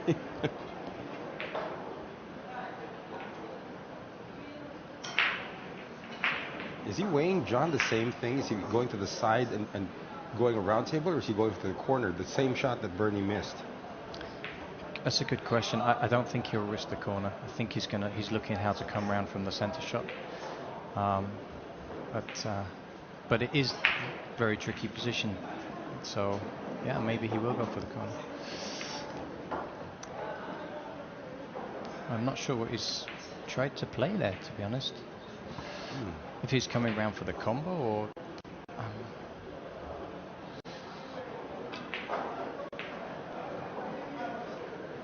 maybe he tried to check it down the center of the table, and the check just didn't take off the bottom rail. So not sure. Well, it looks like might have to play a safety here. Go long rail, or just create distance. Just overrun. Bernie can see the edge of this 5, though. Yep. Well, this is a little tester here, isn't it? Let's see what he's got.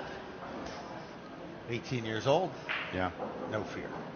I think the cue ball could get close to the middle on this one. Let's see. Saw a glimpse of Carlo Biado also at the outside table.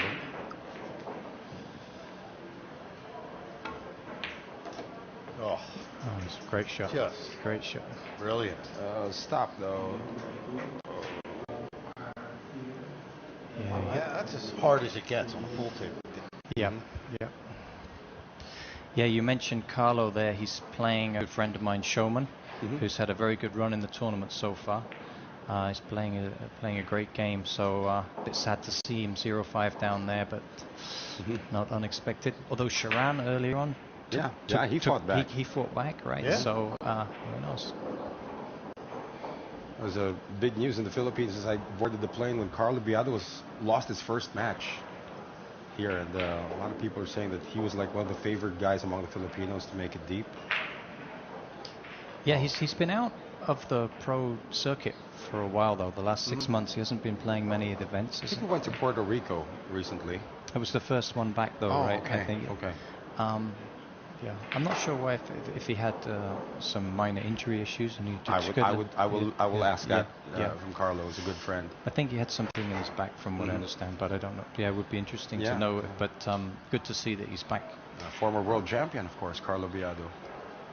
Yeah, just and U.S. Open champion last year. I think he came to this event last year, just recently after winning the U.S. Open. Correct me if I'm wrong. Was he at the losers bracket when he made that win in the U.S. Open? Oh, that I don't know. I just know that he played our boy Aloysius in the final. So I'm not sure if he came from the loser bracket though. Yeah. That's a good effort. He's going to leave it though.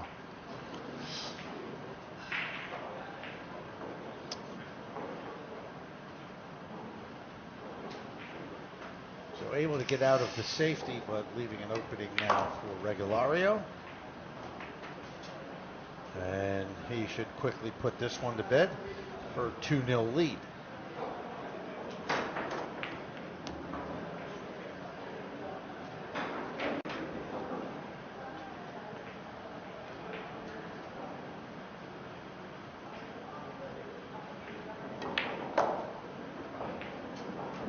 Down to this 9-ball.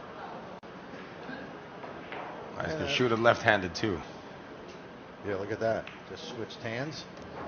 Make it easier to pull off the stroke. And it's now 2-0 in favor of the Filipino.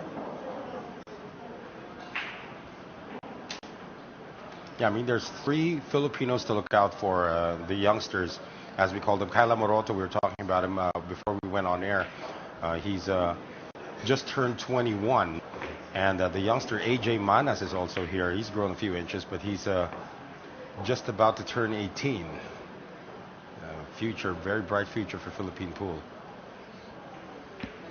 And Jun Del Mazon also, well, the veteran, he's up against Zhang Yuwei, 2-0. And the users bracket matchup there. Carlo Biado now up 6-0 over Shaman Tong.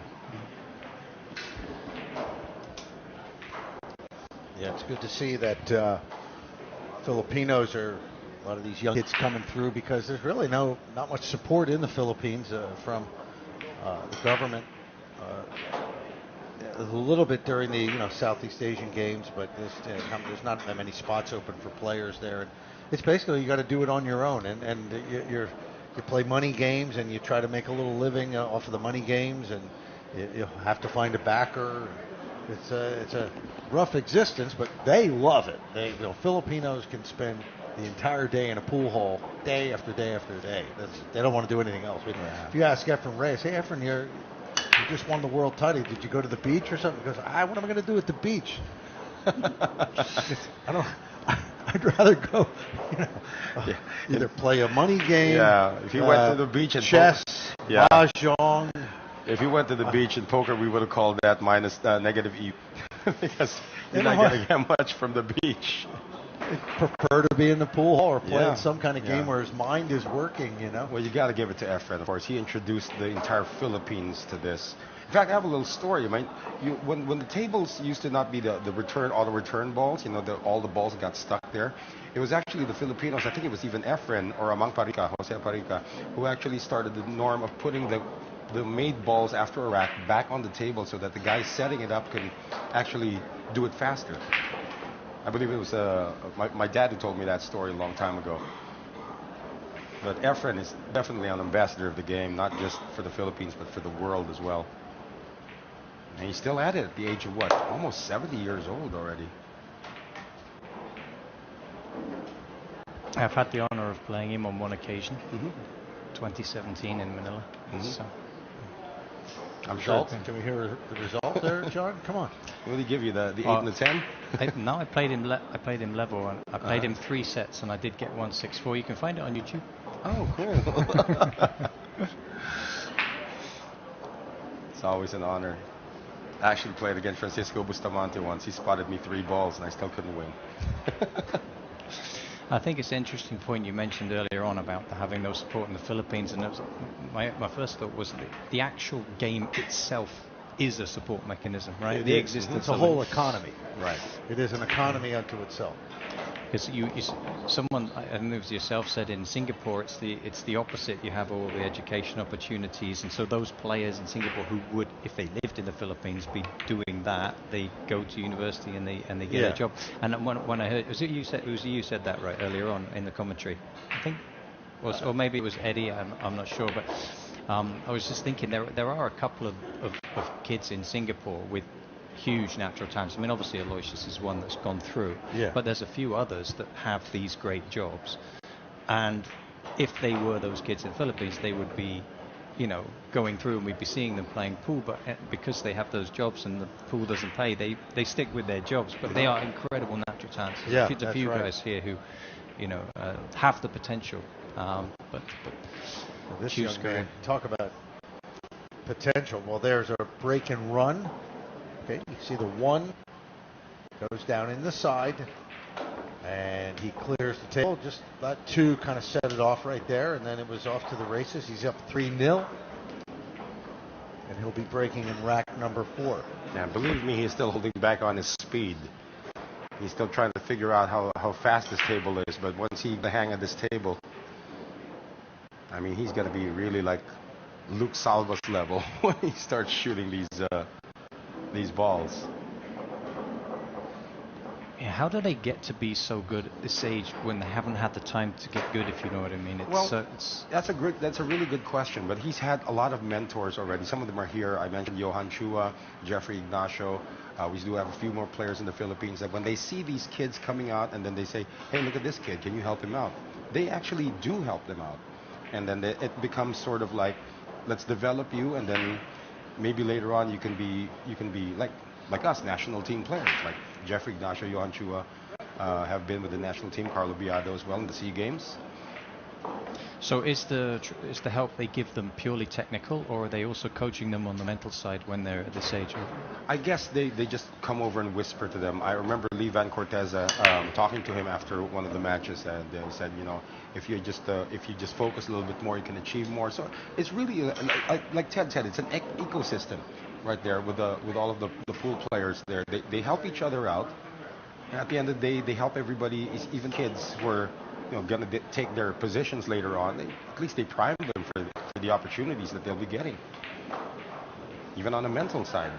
Well, here he goes again, another break, but he's not sure there's a gap there to get to the 2. He made the 1 ball, the break. Let's put it down to one simple thing. You say, how do they get good? They're hungry. They're hungry. What are the prospects? It's gonna be A lot of kids don't have prospects right for much else in life. And Survival. It's survival. Yeah, pretty much the same thing with boxing in the Philippines, where a lot of boxers become really good because it's a way out of poverty. Best example, of course, our very own Senator Manny Pacquiao, Who's a great pool player. Right? who's a great pool player, by the way. He's a lefty. He has some tournaments with some pretty big prize money in. And he puts the prize money in himself. Is that still happening? I believe so, yes, in Sarangani province, General Santos. That's, I think, an annual thing already. He loves pool so much as well. So that was a push out here. No shot on the 2. So David looks like he's going to take this on. Why not? He can see the whole ball. What do you think he's going to do with this?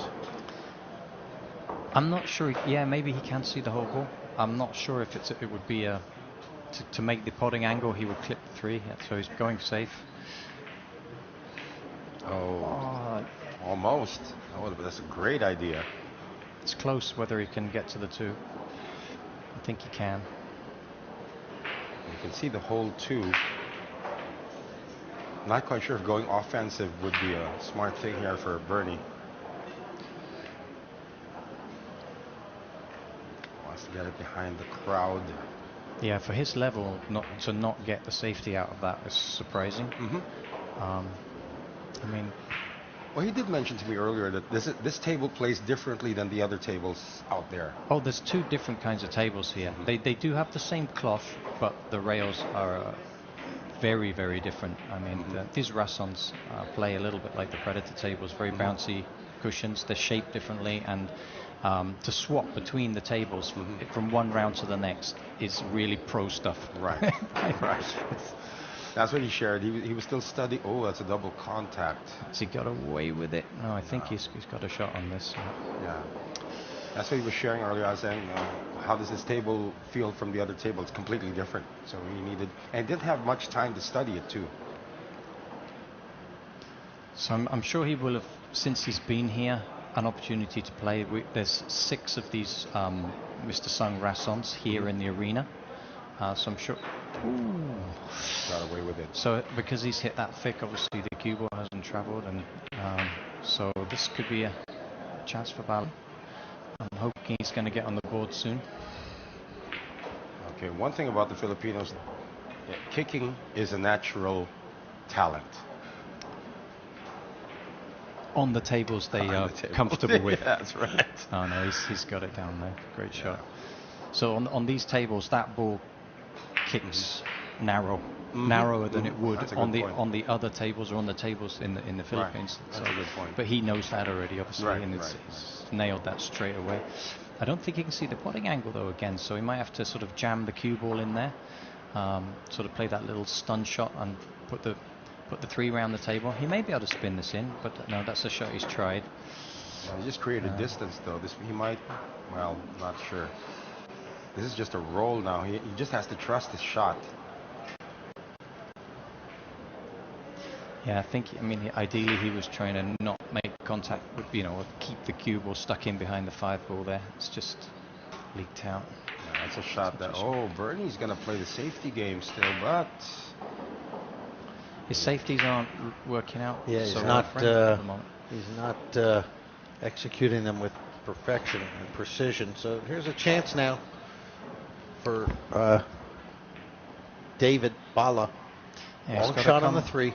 Yeah, he's got to come short side here. So, he's played for the combo. Fair enough. Yeah, he didn't have the angle to punch the cue ball over, or the 9 was in the way. Either way, it's a makeable combo. You know what Bala means in the Philippines, right? It means bullet. We might actually give him a nickname here. David the Bullet Bala. It's actually great, yeah. He's definitely, I mean, Singapore players tend to be very methodical, but Bala, he breaks the mold on that. He plays very fast. So that's a great name, actually.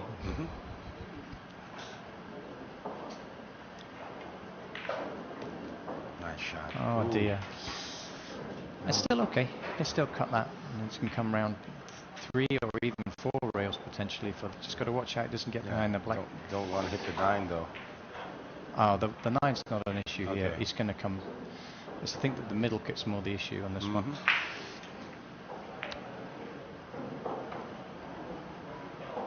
Oh, he's not going safe again, is he? The way he's lining that up. You never know. They see it better than we do. He's going safe. He's going safe. Yeah. So, fair enough. That's a good one. That's a fantastic shot, though. Yep. Fine safety from David Bala. Talk about Filipinos' ability to kick. Well, we'll see here what Regalario comes up with. Now that is married up to that 9 ball. That's going to be a hard one. Very nicely done. Even the great magician would have a tough time with that. And I take that back.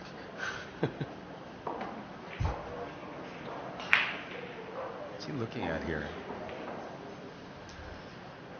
Just the one railer, do you think, John? I don't think he's got the angle to get to the one railer. I think it's got to queue over the top of the 9 for a 2 railer, or he's got to do 3 and go the other way.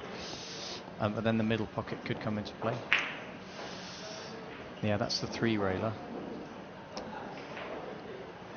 So I think, yeah, the middle pocket could come into play, or if it doesn't, the 6 is going to get in the way. So I think he's going to queue over the top of the 9 for the 2 railer. Wow, that's a difficult shot. Yeah. This can definitely go wrong. Yeah, from the queuing perspective as well as from the actually hitting it perspective. It's tough all round. Oh, he's played a legal shot, but yeah, very tough. Foul. It's closed up on him, the angles, yeah. All right, Bala.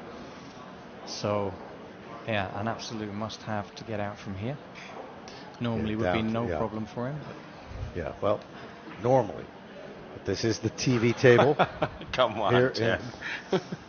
Well, you know, on the TV table is a lot more pressure. Yeah, it's different than, you know, when you're in the back corner of the arena. He's already not happy. Nobody's watching. Shook his head. So he's not. He wanted to have more angle for the 1 railer towards the 7. Now I think he's got to play a little sort of stun draw, punch the cue ball, come back up. Maybe a bit straight for coming off the rail, or he's got to hit it with more speed than he wanted to. I think the second option is the one that he might be taking. He's got to put a bit more speed into it and come off the rail still, probably.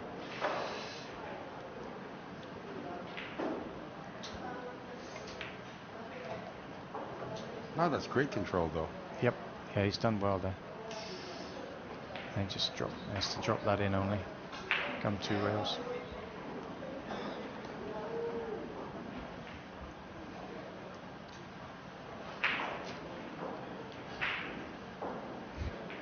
It's definitely slowed down from his last game. Yeah, for sure. This rack's taking quite a while. Well, he wants to be sure. He wants to get rack number 1, win number 1. Yeah. You need to work your way into stroke in every match. Every fresh match you start. That's a good point. All right. Excellent. Happy to see that one go down. But he's a little off angle here. He would have liked to have been straighter to just draw straight back up. Now he's either got to follow with 2 to go 2 rails or draw it short side. See what he opts for. So if he follows, it's got to be quite a little bit, you know, fair bit of right hand spin that makes it missable because of that. But the draw is tricky, and the cue ball could go in the corner pocket here. So he's in between. You can tell. Yeah. So I think the natural draw without punch is kind of into the 9. So it's interesting to see which side of the 9 he lands on here. Yeah, he's gone short side. And it's a great shot. He punched it, a little bit of punch, widen the angle so that he got short side. Nicely done. Good skill level there. Yeah, because the corner pocket's always on as a scratch on that kind of shot. If you hit too much punch on it, you widen the angle and you can scratch. So that's what he was worried about. So this one gets him on the board, finally. Great. It's great. So 3-1. He earned that one, Ted. Absolutely. That was hard work. So David Bala gets one back. 3-1 now. He'll be breaking in rack number 5. Not sure at this point, Bernie. He's probably reassessing his strategy and trying to engage his older opponent in a safety battle, which is probably something, if you're going to look at the weakness in the game of Bernie, he's a great offensively engaged somebody who's used to safety battle to a safety battle. Might be asking for trouble. That's where it all started for Bernie Regalario. He's known as Benok, by the way, guys, and you can relate to this, both of you being from spending time in the Philippines. You already have a nickname, and they change your nickname.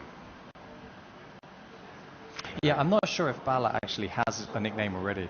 So, the bullet sounds good. But I like it. Yeah, that's great. It's a Filipino-inspired nickname. But for Bernie Regalario, he's known as Benok or the Little Prince. So very nice out there for David Bala, which will build his confidence going into the next rack. stem the tide a little bit there. He was down 3-0, and he did some good work there. Some good shot making. Well, this is only the second time he's breaking in this match.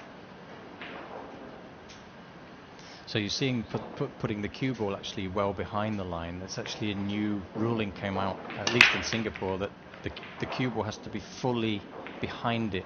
Cannot be even a part of Even it over. one piece of it can be touching. The edge Okay. couldn't be, even though it's hanging over, if it's from the diagonal line above. Yeah. So that's something come in recently as well. And that's a dry break from Bala, so he wastes that. Yeah, but Bernie doesn't have a shot on the one.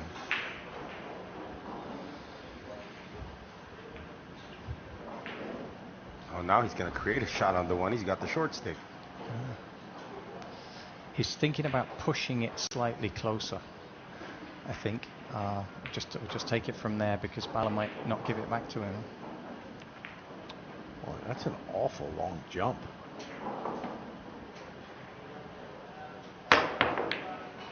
Wow, very close. Very nearly made it. Gets the two-way. Nice result. Very lucky. Yeah.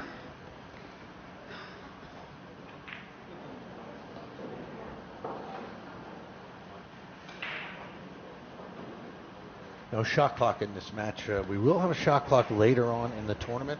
We have 2 more days tomorrow, Saturday and Sunday.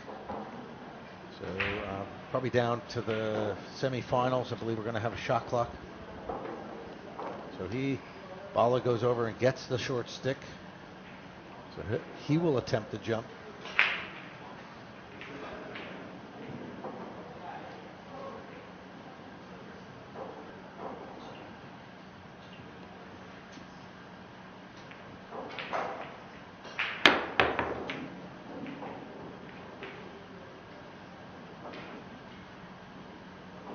That's a pretty good result. Yeah, could be worse. Deserved a bit of luck after the last shot. So. Again, Kyle's got options. He's got a bunch of blocking balls.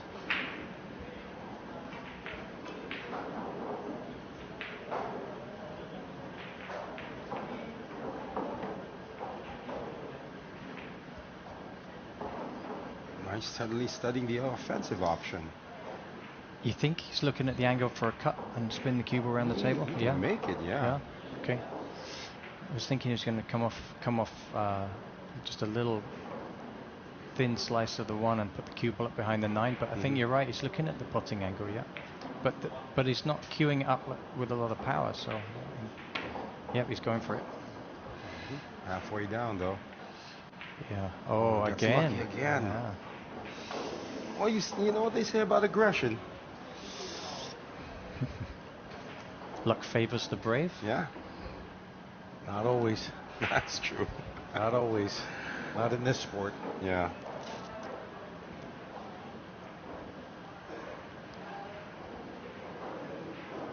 He's got a simple kick here that he can actually turn into a safety shot as well.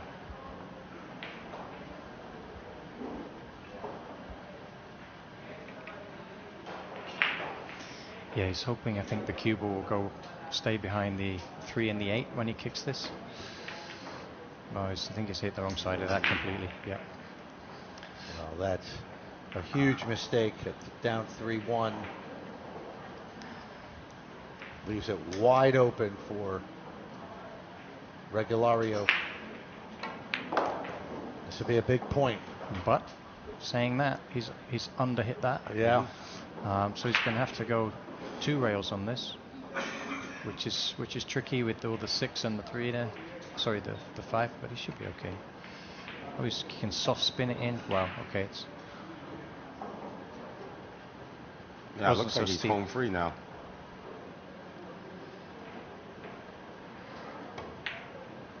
And as I say that, Again, the thick hit, though, is he covered on the 5.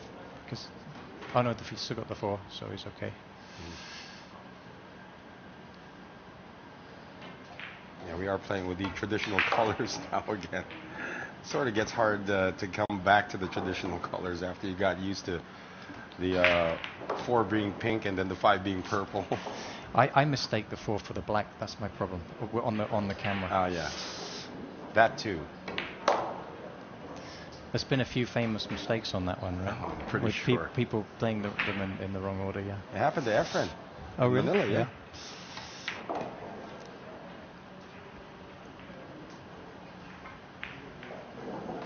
That's a big rack. David had a chance, gave it away, and now the youngster, 18 years old, from the Philippines, cleans up the colors. 4-1 now, in favor of Bernie Regalario. He'll be breaking in rack number 6. So updates on the outer table. Come on, John, give it to us. So there's another young gun in Singapore, Nicholas Tan. He represents Singapore youth, and he also travels with the Aloysius a lot for international events. He 5-0 up on fellow Singaporean Nicholas Leo. We have a German representative. I'm not familiar with Holger, but he's in the lead against an Indonesian player. I'm also not familiar with Fajar Ahyar. Terence here is our sponsor, TE Capital. Right. He's 0-2 down to, this is Korean flag, right? That's Chinese Taipei. That's Taipei, sorry, I always mix those up. It's Chinese Taipei. It's Fuji Wei. All right, Jun Del Mazon is up, yeah, my buddy.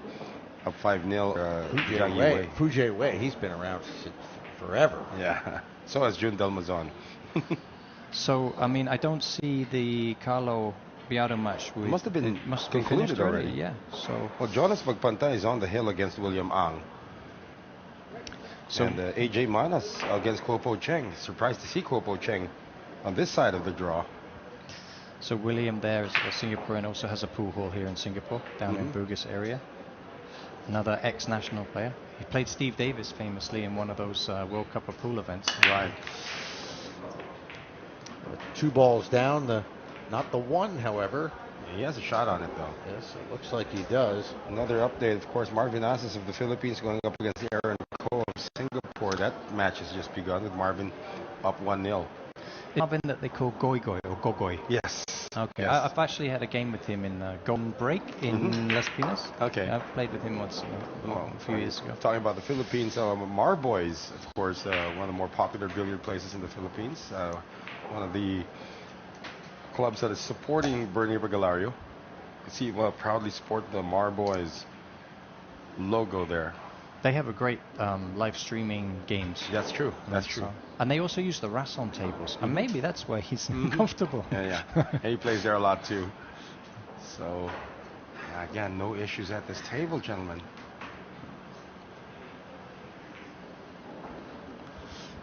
Yeah.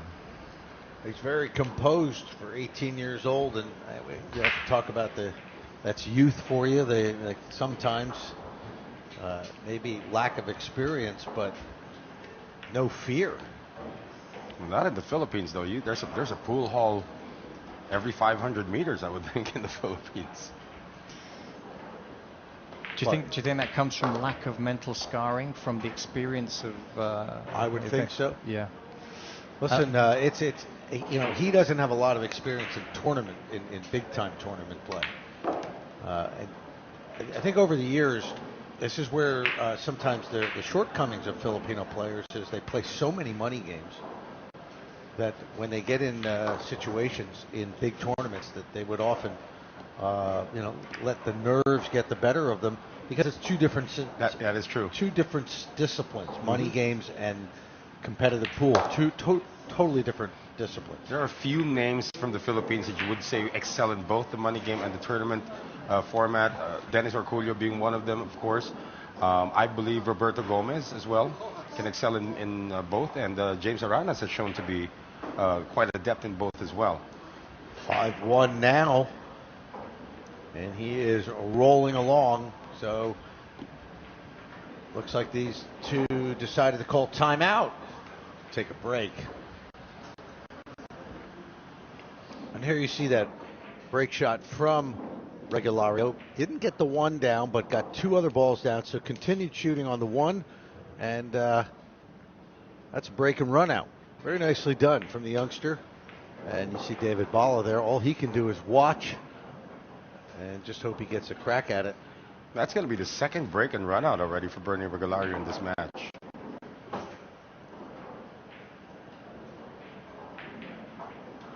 Yeah. We're going to take the short break, it appears, Ted.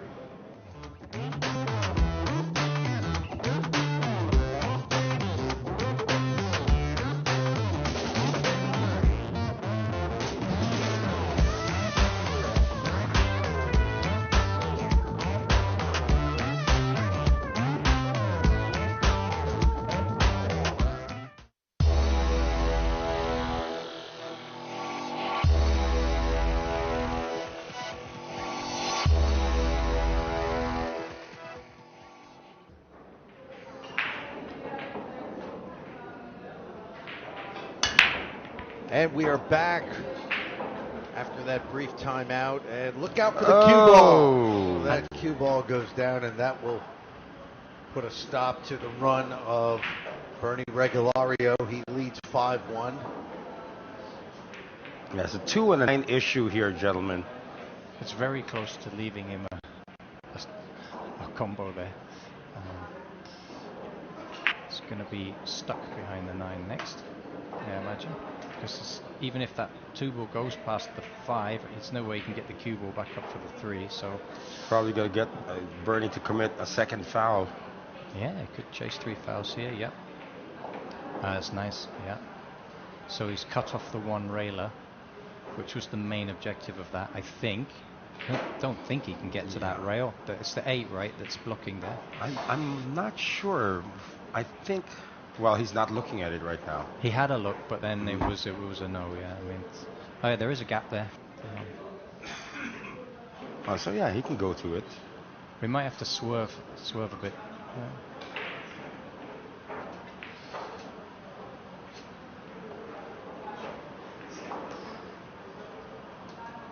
Very tricky to swerve a ball round a ball that's so close because it squirts off, and often you clip it on the way through. He fouled it. Yeah. That's foul number 2, though. Yeah, it'd be interesting to see what Ballard does here, because all the balls are in the open. He might save that 3rd foul until he gets himself. He might go for the run out. Not sure. Is the scratch off the break considered foul number 1? That's foul number 1. Yeah. So he might actually. There are 2 more balls here. There's a 4 and a 6. He might actually go for 2-3 and then use the 4 as the 3rd foul ball.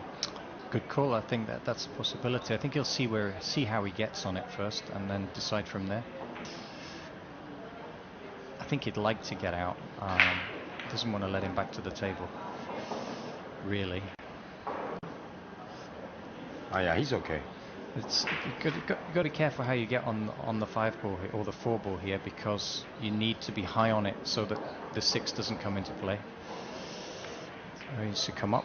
Yeah, that looks good. So that tells me he's not going to be sticking the cue ball behind the 6. or maybe he still will. Yeah, I haven't called much right today, so he's probably going to do that. Yeah. I remember I was telling Ted and Eddie earlier that Levan Cortez, I forgot his opponent, who his opponent was. He could have ran out the table, but he went for 3 fouls, and he got him. He got them. He got them. You don't see the pros doing it so often because they're so good at hitting the ball. But Right. in the amateur game, in the pool halls, you see people trying it all the time, right? I would venture to say he was up against Jonas Magpantay or Goy Goy, I think.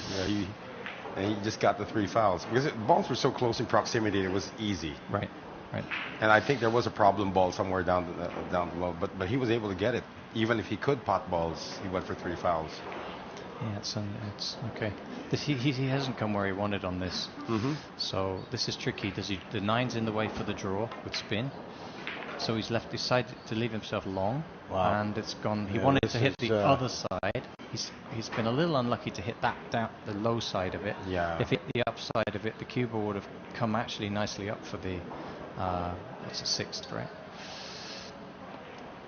He still got a shot on the 6.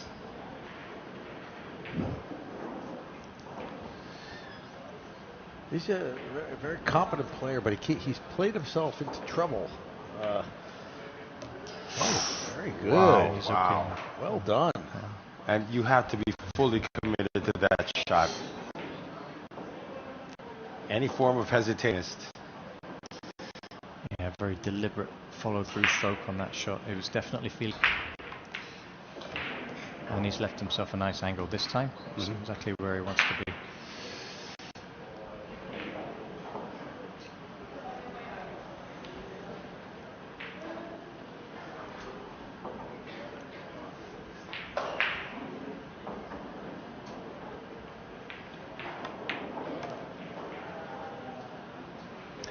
Yes, so there's a lot more players from other nations this year. Last year we had no players from Europe or US, but we do have a few players over from UK and Germany this year, so make it a little bit more interesting. Oh, no. Did not see that coming. Wow. Well, he actually intentionally fouled it already. Give it up. Yeah. Yep, that's So I'm not sure he came up a little bit early on that. No way. Boy, that stings. Yeah.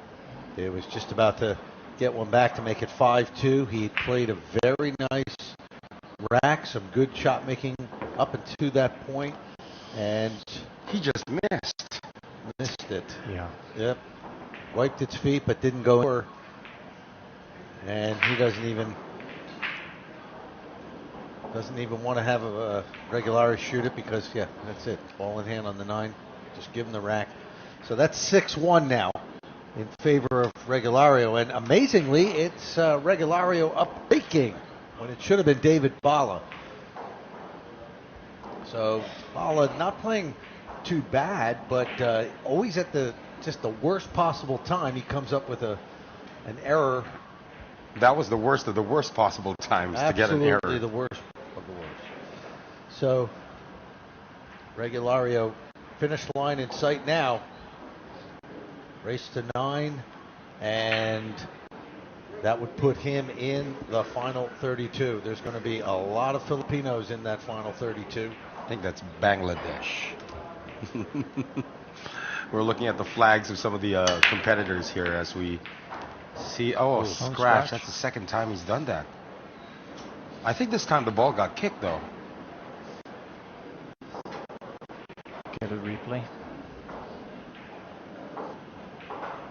Oh, no. He just really spun it off the rail and just went in. So all's not lost here for David Button.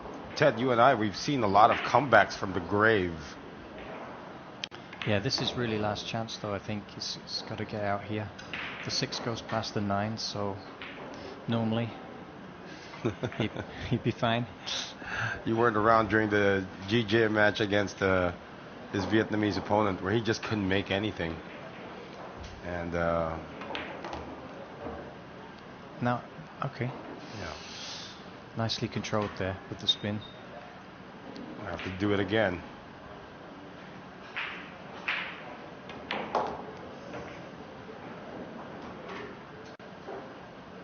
You love the way he's moving around the table right now as if he was up 6-1. Yeah, there's the danger with that scratch on the new break. If you hit it too thick, it will come off, and Okay. he's okay, I think. And if you hit it too thin, Yeah, his face says he's not. he's still okay, but he's not where he wanted to be for sure. But I don't see him playing safe here. Although earlier on I thought he had a cut and he played safe. So Well, the 6 and the 9, aren't they big enough to be blockers? We have to see the table again. The 6 and the 9 are big enough to be blockers. and I think he's nudged the 9 so that now the 6 doesn't go. It doesn't go. Well, this is another scenario when he had an open table, played some nice crafty shots, and then finds himself out of position. So he's gone very quick into that safety shot. I think he's just upset with himself and just played it too you quick. would be, because he's he hasn't the overall picture, he hasn't played too bad, but this the wrong time for these mistakes. Yeah, you're playing a kid like this, he's a shot maker. Yeah, he'll put you in your chair quickly. But that's it. You can't at this level, you just can't afford these kind of mistakes.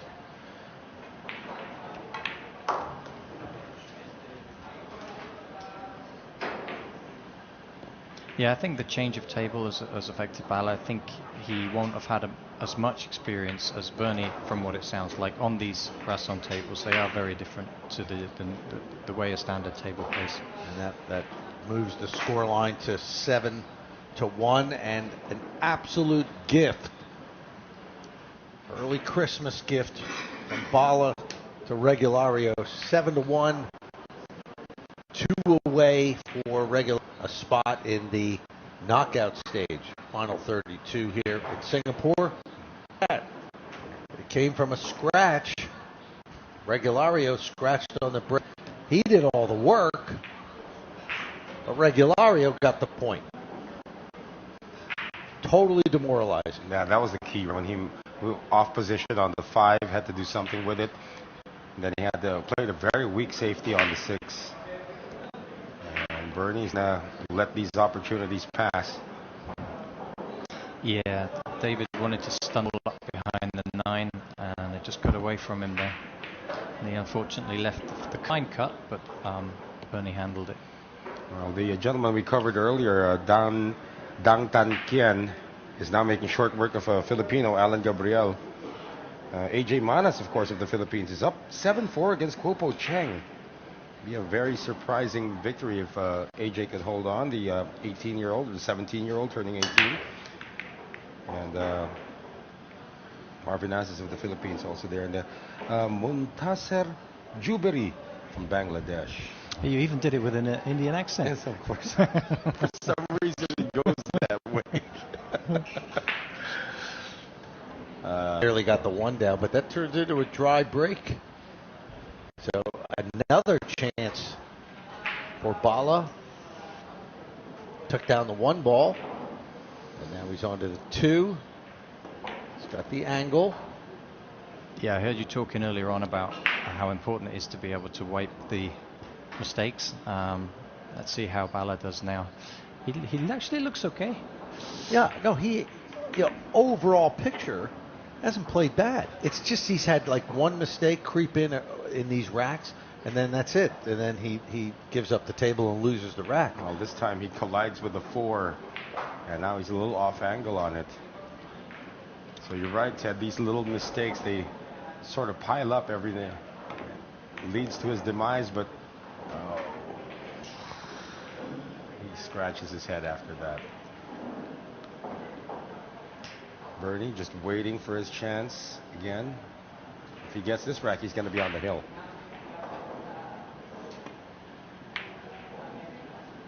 Oh, he's tried to put the cue ball up behind the 7 there, and he's unfortunately given up a shot. Again, that little nudge on the 4 to make him lose position on the 5. Generally in 9 ball, Yeah. when you lose position, it's a slippery slope. Mm-hmm. It's very hard to get back in line. Like Bernie's waiting for apples to fall from a tree. The way he's been playing. Yeah, earlier David was actually taking his time. Do you remember I said how fast he was playing on the outside table? Now he's slowed down a bit, but now he's gone back to playing fast again because I think he's got to have that dead man. He's trying to find that dead man stroke. Yeah. Yeah, unfortunately he's gone awry again, the cue ball. It's a nice stroke right there. Yeah, that's a great shot. He had to dig down a little bit on that with the distance, so he's not happy with it, but he's okay. He might hit the 9 though. Let's see if that affects the shot. No, it doesn't. He's using the 9 to hold the angle. Looks like he's got to come short side. He's either going to go forward with a lot of right hand spin and top, go around 3 rails, or he's going to draw it up past the 9. That makes the shot missable though, John. Yeah, he's doing the draw. I mean, they're both missable, to be honest. Look at that. Oh, that's great. Yeah. Oh, man. Boy, that's with confidence. Yeah. And the grip and the spin doesn't grip with the new rails, and so the scratch was a possibility on that shot, and he avoided the middle pocket as well. So, yeah, great shot. I did not expect this. I mean, Bernie Regalario is good, but it's just a bad day for David Bala. Yeah, he's confident now. He's out in front so far. Right. He's let his natural stroke 8-1. One more for a spot in the knockout stage of 32, which begins tomorrow here in Singapore. And yeah, he really hasn't had to do anything extraordinary. A lot of it has been given to him. Well, that is 9-ball. Sometimes your opponent does all the work and just hands you a gift. Right. And you only have to get 1 or 2 balls. That was the problem, really, when he ran into the 3, lost position. It was all smooth sailing from that point for Bernie Regalario.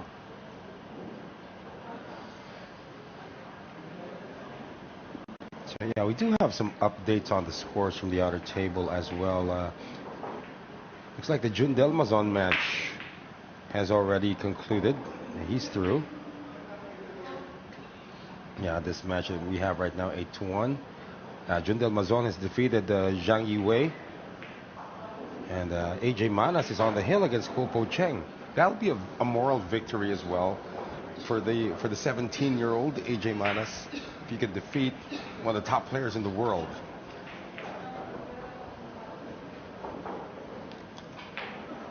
All right, let's see where the cue ball goes now.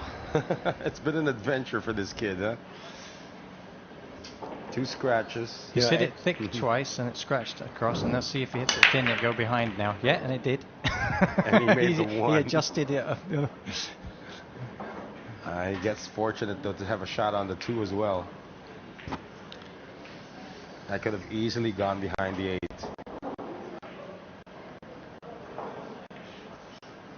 The ball was tracking straight to the other pocket, but it hit the 2.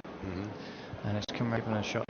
So that's the thing with this break. If you hit it thick, it'll come across and scratch in the middle, and if you hit in, it'll go across and scratch in the back corner. That's why you need to collide with so something. you need to. Well, yeah, you need. That's right. That's why you're trying to hit the 9 and it hit it with the right thickness. Yeah.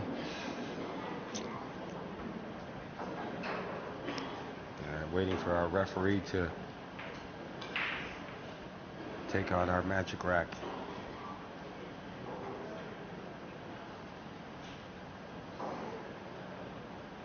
Yeah, it's interesting to see in some of the other matchroom events when they have 128 or 256, they keep the magic rack for until the knockout stage or until the last 32, and then they take it away, right? Are they doing that here, or are they going to keep it all the way? I think they're keeping the rack the whole way through. Okay.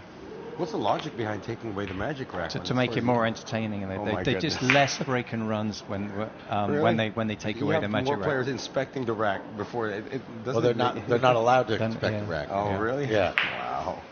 Not allowed. No, it's okay. I remember a match in the Philippines where Jeffrey Ignacio asked for 7 re-racks.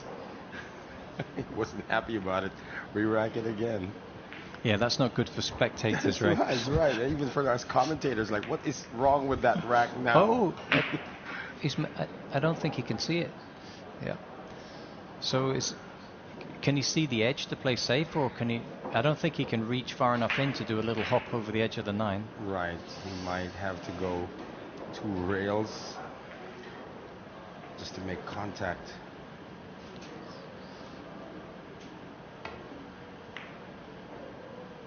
I hit it bang in the middle, but he has given up a shot. I think he should be. Yeah. Tricky position, unless the 5 goes past the 6. I think it does actually. So he's got to drop it in very slow. Surely does. But I think he still might hit it with pace to come 2 rails because it's such a difficult soft stroke to hold it. So opting to just go to the side pocket. This is one of those shots that gets David every time. Hand the table back. This is not easy.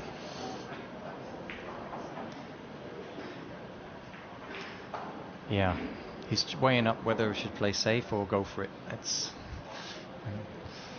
It looks like he might be playing safe up behind the green. Oh no, he's gone for it. He's gone for it. Okay, great. Oh, perfect. Nicely done. It's also got the angle to hit to get to the 7. Yes.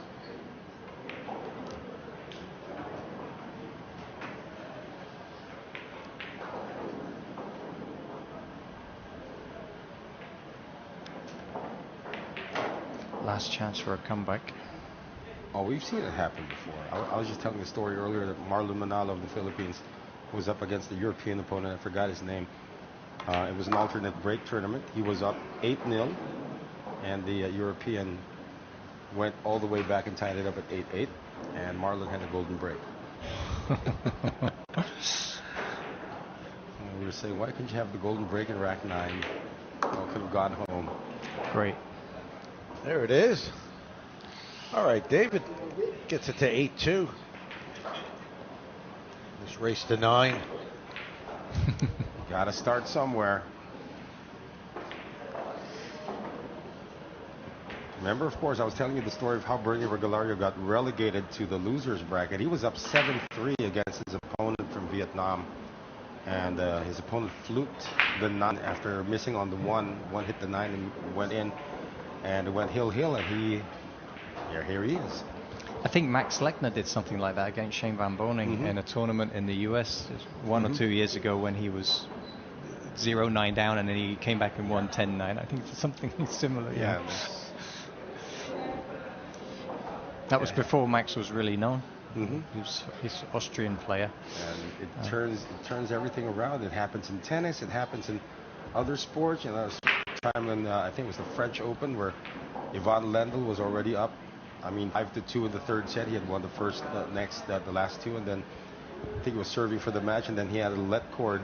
His opponent had a let cord, and served again, and served an ace, and came back and forced the 5th set. Right. I forgot who his opponent was. Forced the 5th set, and Lendl lost. That's what makes sporting so exciting, right? So Exactly. It'd be great to see Bala get a few back. I think he just wants to make the scoreline look a bit more respectable. Golden break would really help. There you go. He's got a. Yeah, he hit that very nicely, actually. Yeah, but he really laid into that one. He's got the 1 ball on the side. Long shot on the 2. Challenging 2, though. Yeah, I mean, I've seen players in this situation have a pop at these, but Bala's been very measured, so he may try and find a safety. Could have an advantage when it comes to a safety battle here against Regalario. Although that's not really a safety. The deuce does pass the 4. Or is it the 8? No, it passes the 8.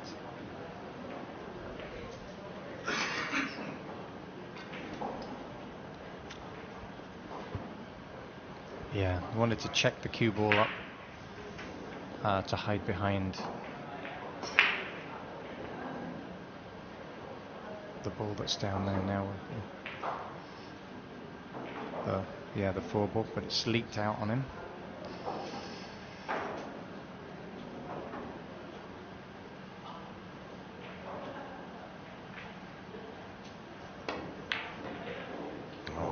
Oh, but made the 6. However, he's going to be covered. Wow. This just gets interesting, Ted. Yeah, this is the kind of I mean, he can come rail for this if he wants, but it's also the kind of shot where you can jump it with your break cue to make the shot making easy. So he's really weighing up whether he jumps or comes off the rail. If you ask a Filipino whether to jump or to kick, the Filipino's first option is to kick. Right. Or swerve even. It looks like he is swerving. Yeah. Nice. Oh, so it was a kick swerve. He swerved through to the kicking angle. That was a fantastic shot. Yeah. Wow, nice precision shot. Regulario. He doesn't have the whole pocket here, gentlemen.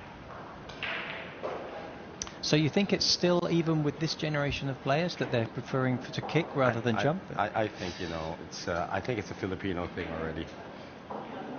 That they're all inspired by how Efren gets out of jail so many times.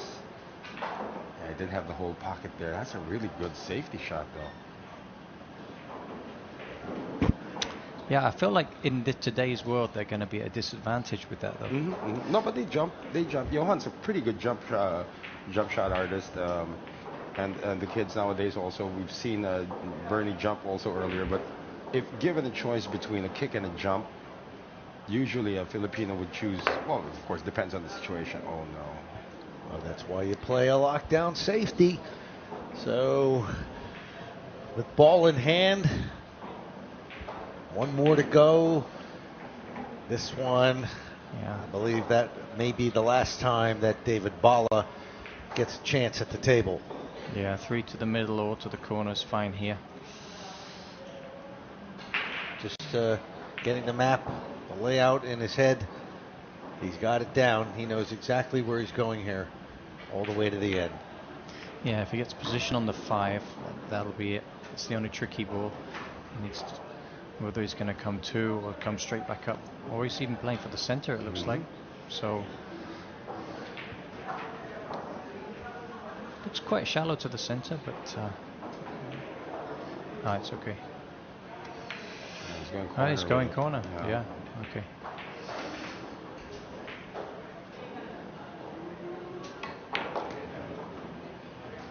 The kid they call the Little Prince, or Bannock. Looks like he's about to punch his way through. All right, well, we're going to get an interview with Bernie.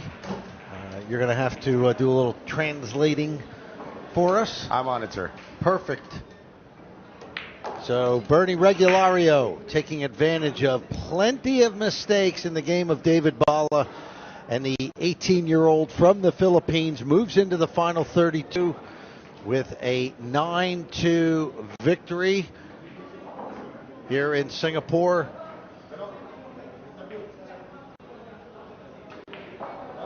So how would you assess, John, the game overall of Regulario? I have to improve, and that will either come or not. We'll see as he advances in the tournament, as he gets to the final 32. Yeah, it wasn't a championship performance.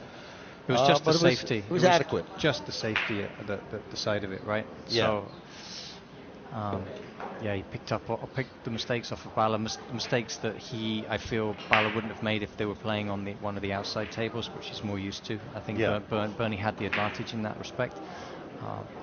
But other than the safety, he's obviously a great sharpshooter, and for someone his age, showed almost no nerves. So there you see the stuff. Yeah, there you see the final scoreline. He's got a promising future, this young kid, and we'll see him again starting tomorrow in the final 32. He wins it 9-2, and when we come back from this break, we will hear from the 18-year-old from the Philippines.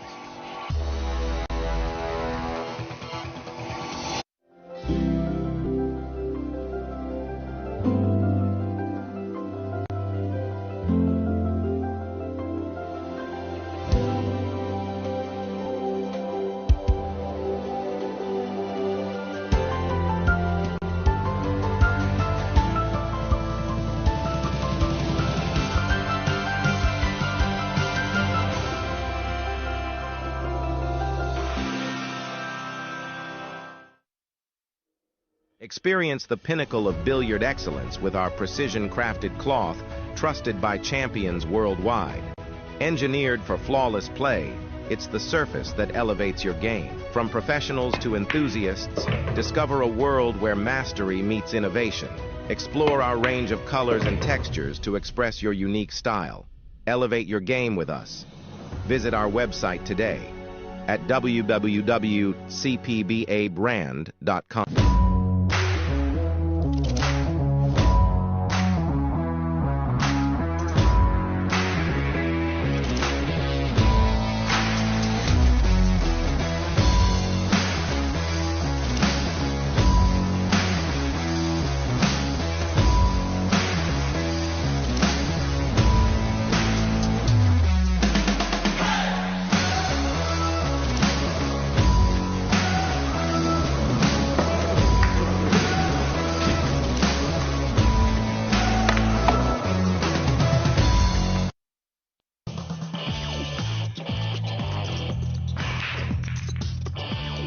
You don't have to play like a pro to enjoy the game I love.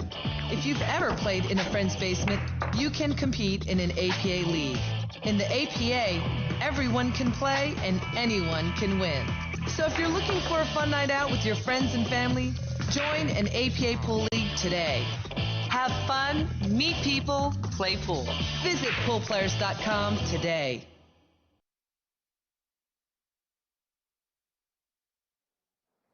Here with Bernie Regalario, who is now through to the final 32. Now, Bernie, that was quite an interesting match that you had there against David Bala. And, of course, the experience was against you and the youngster, the 18-year-old. What's going through your head right now as you make it to the final 32? I just want to play my best. Give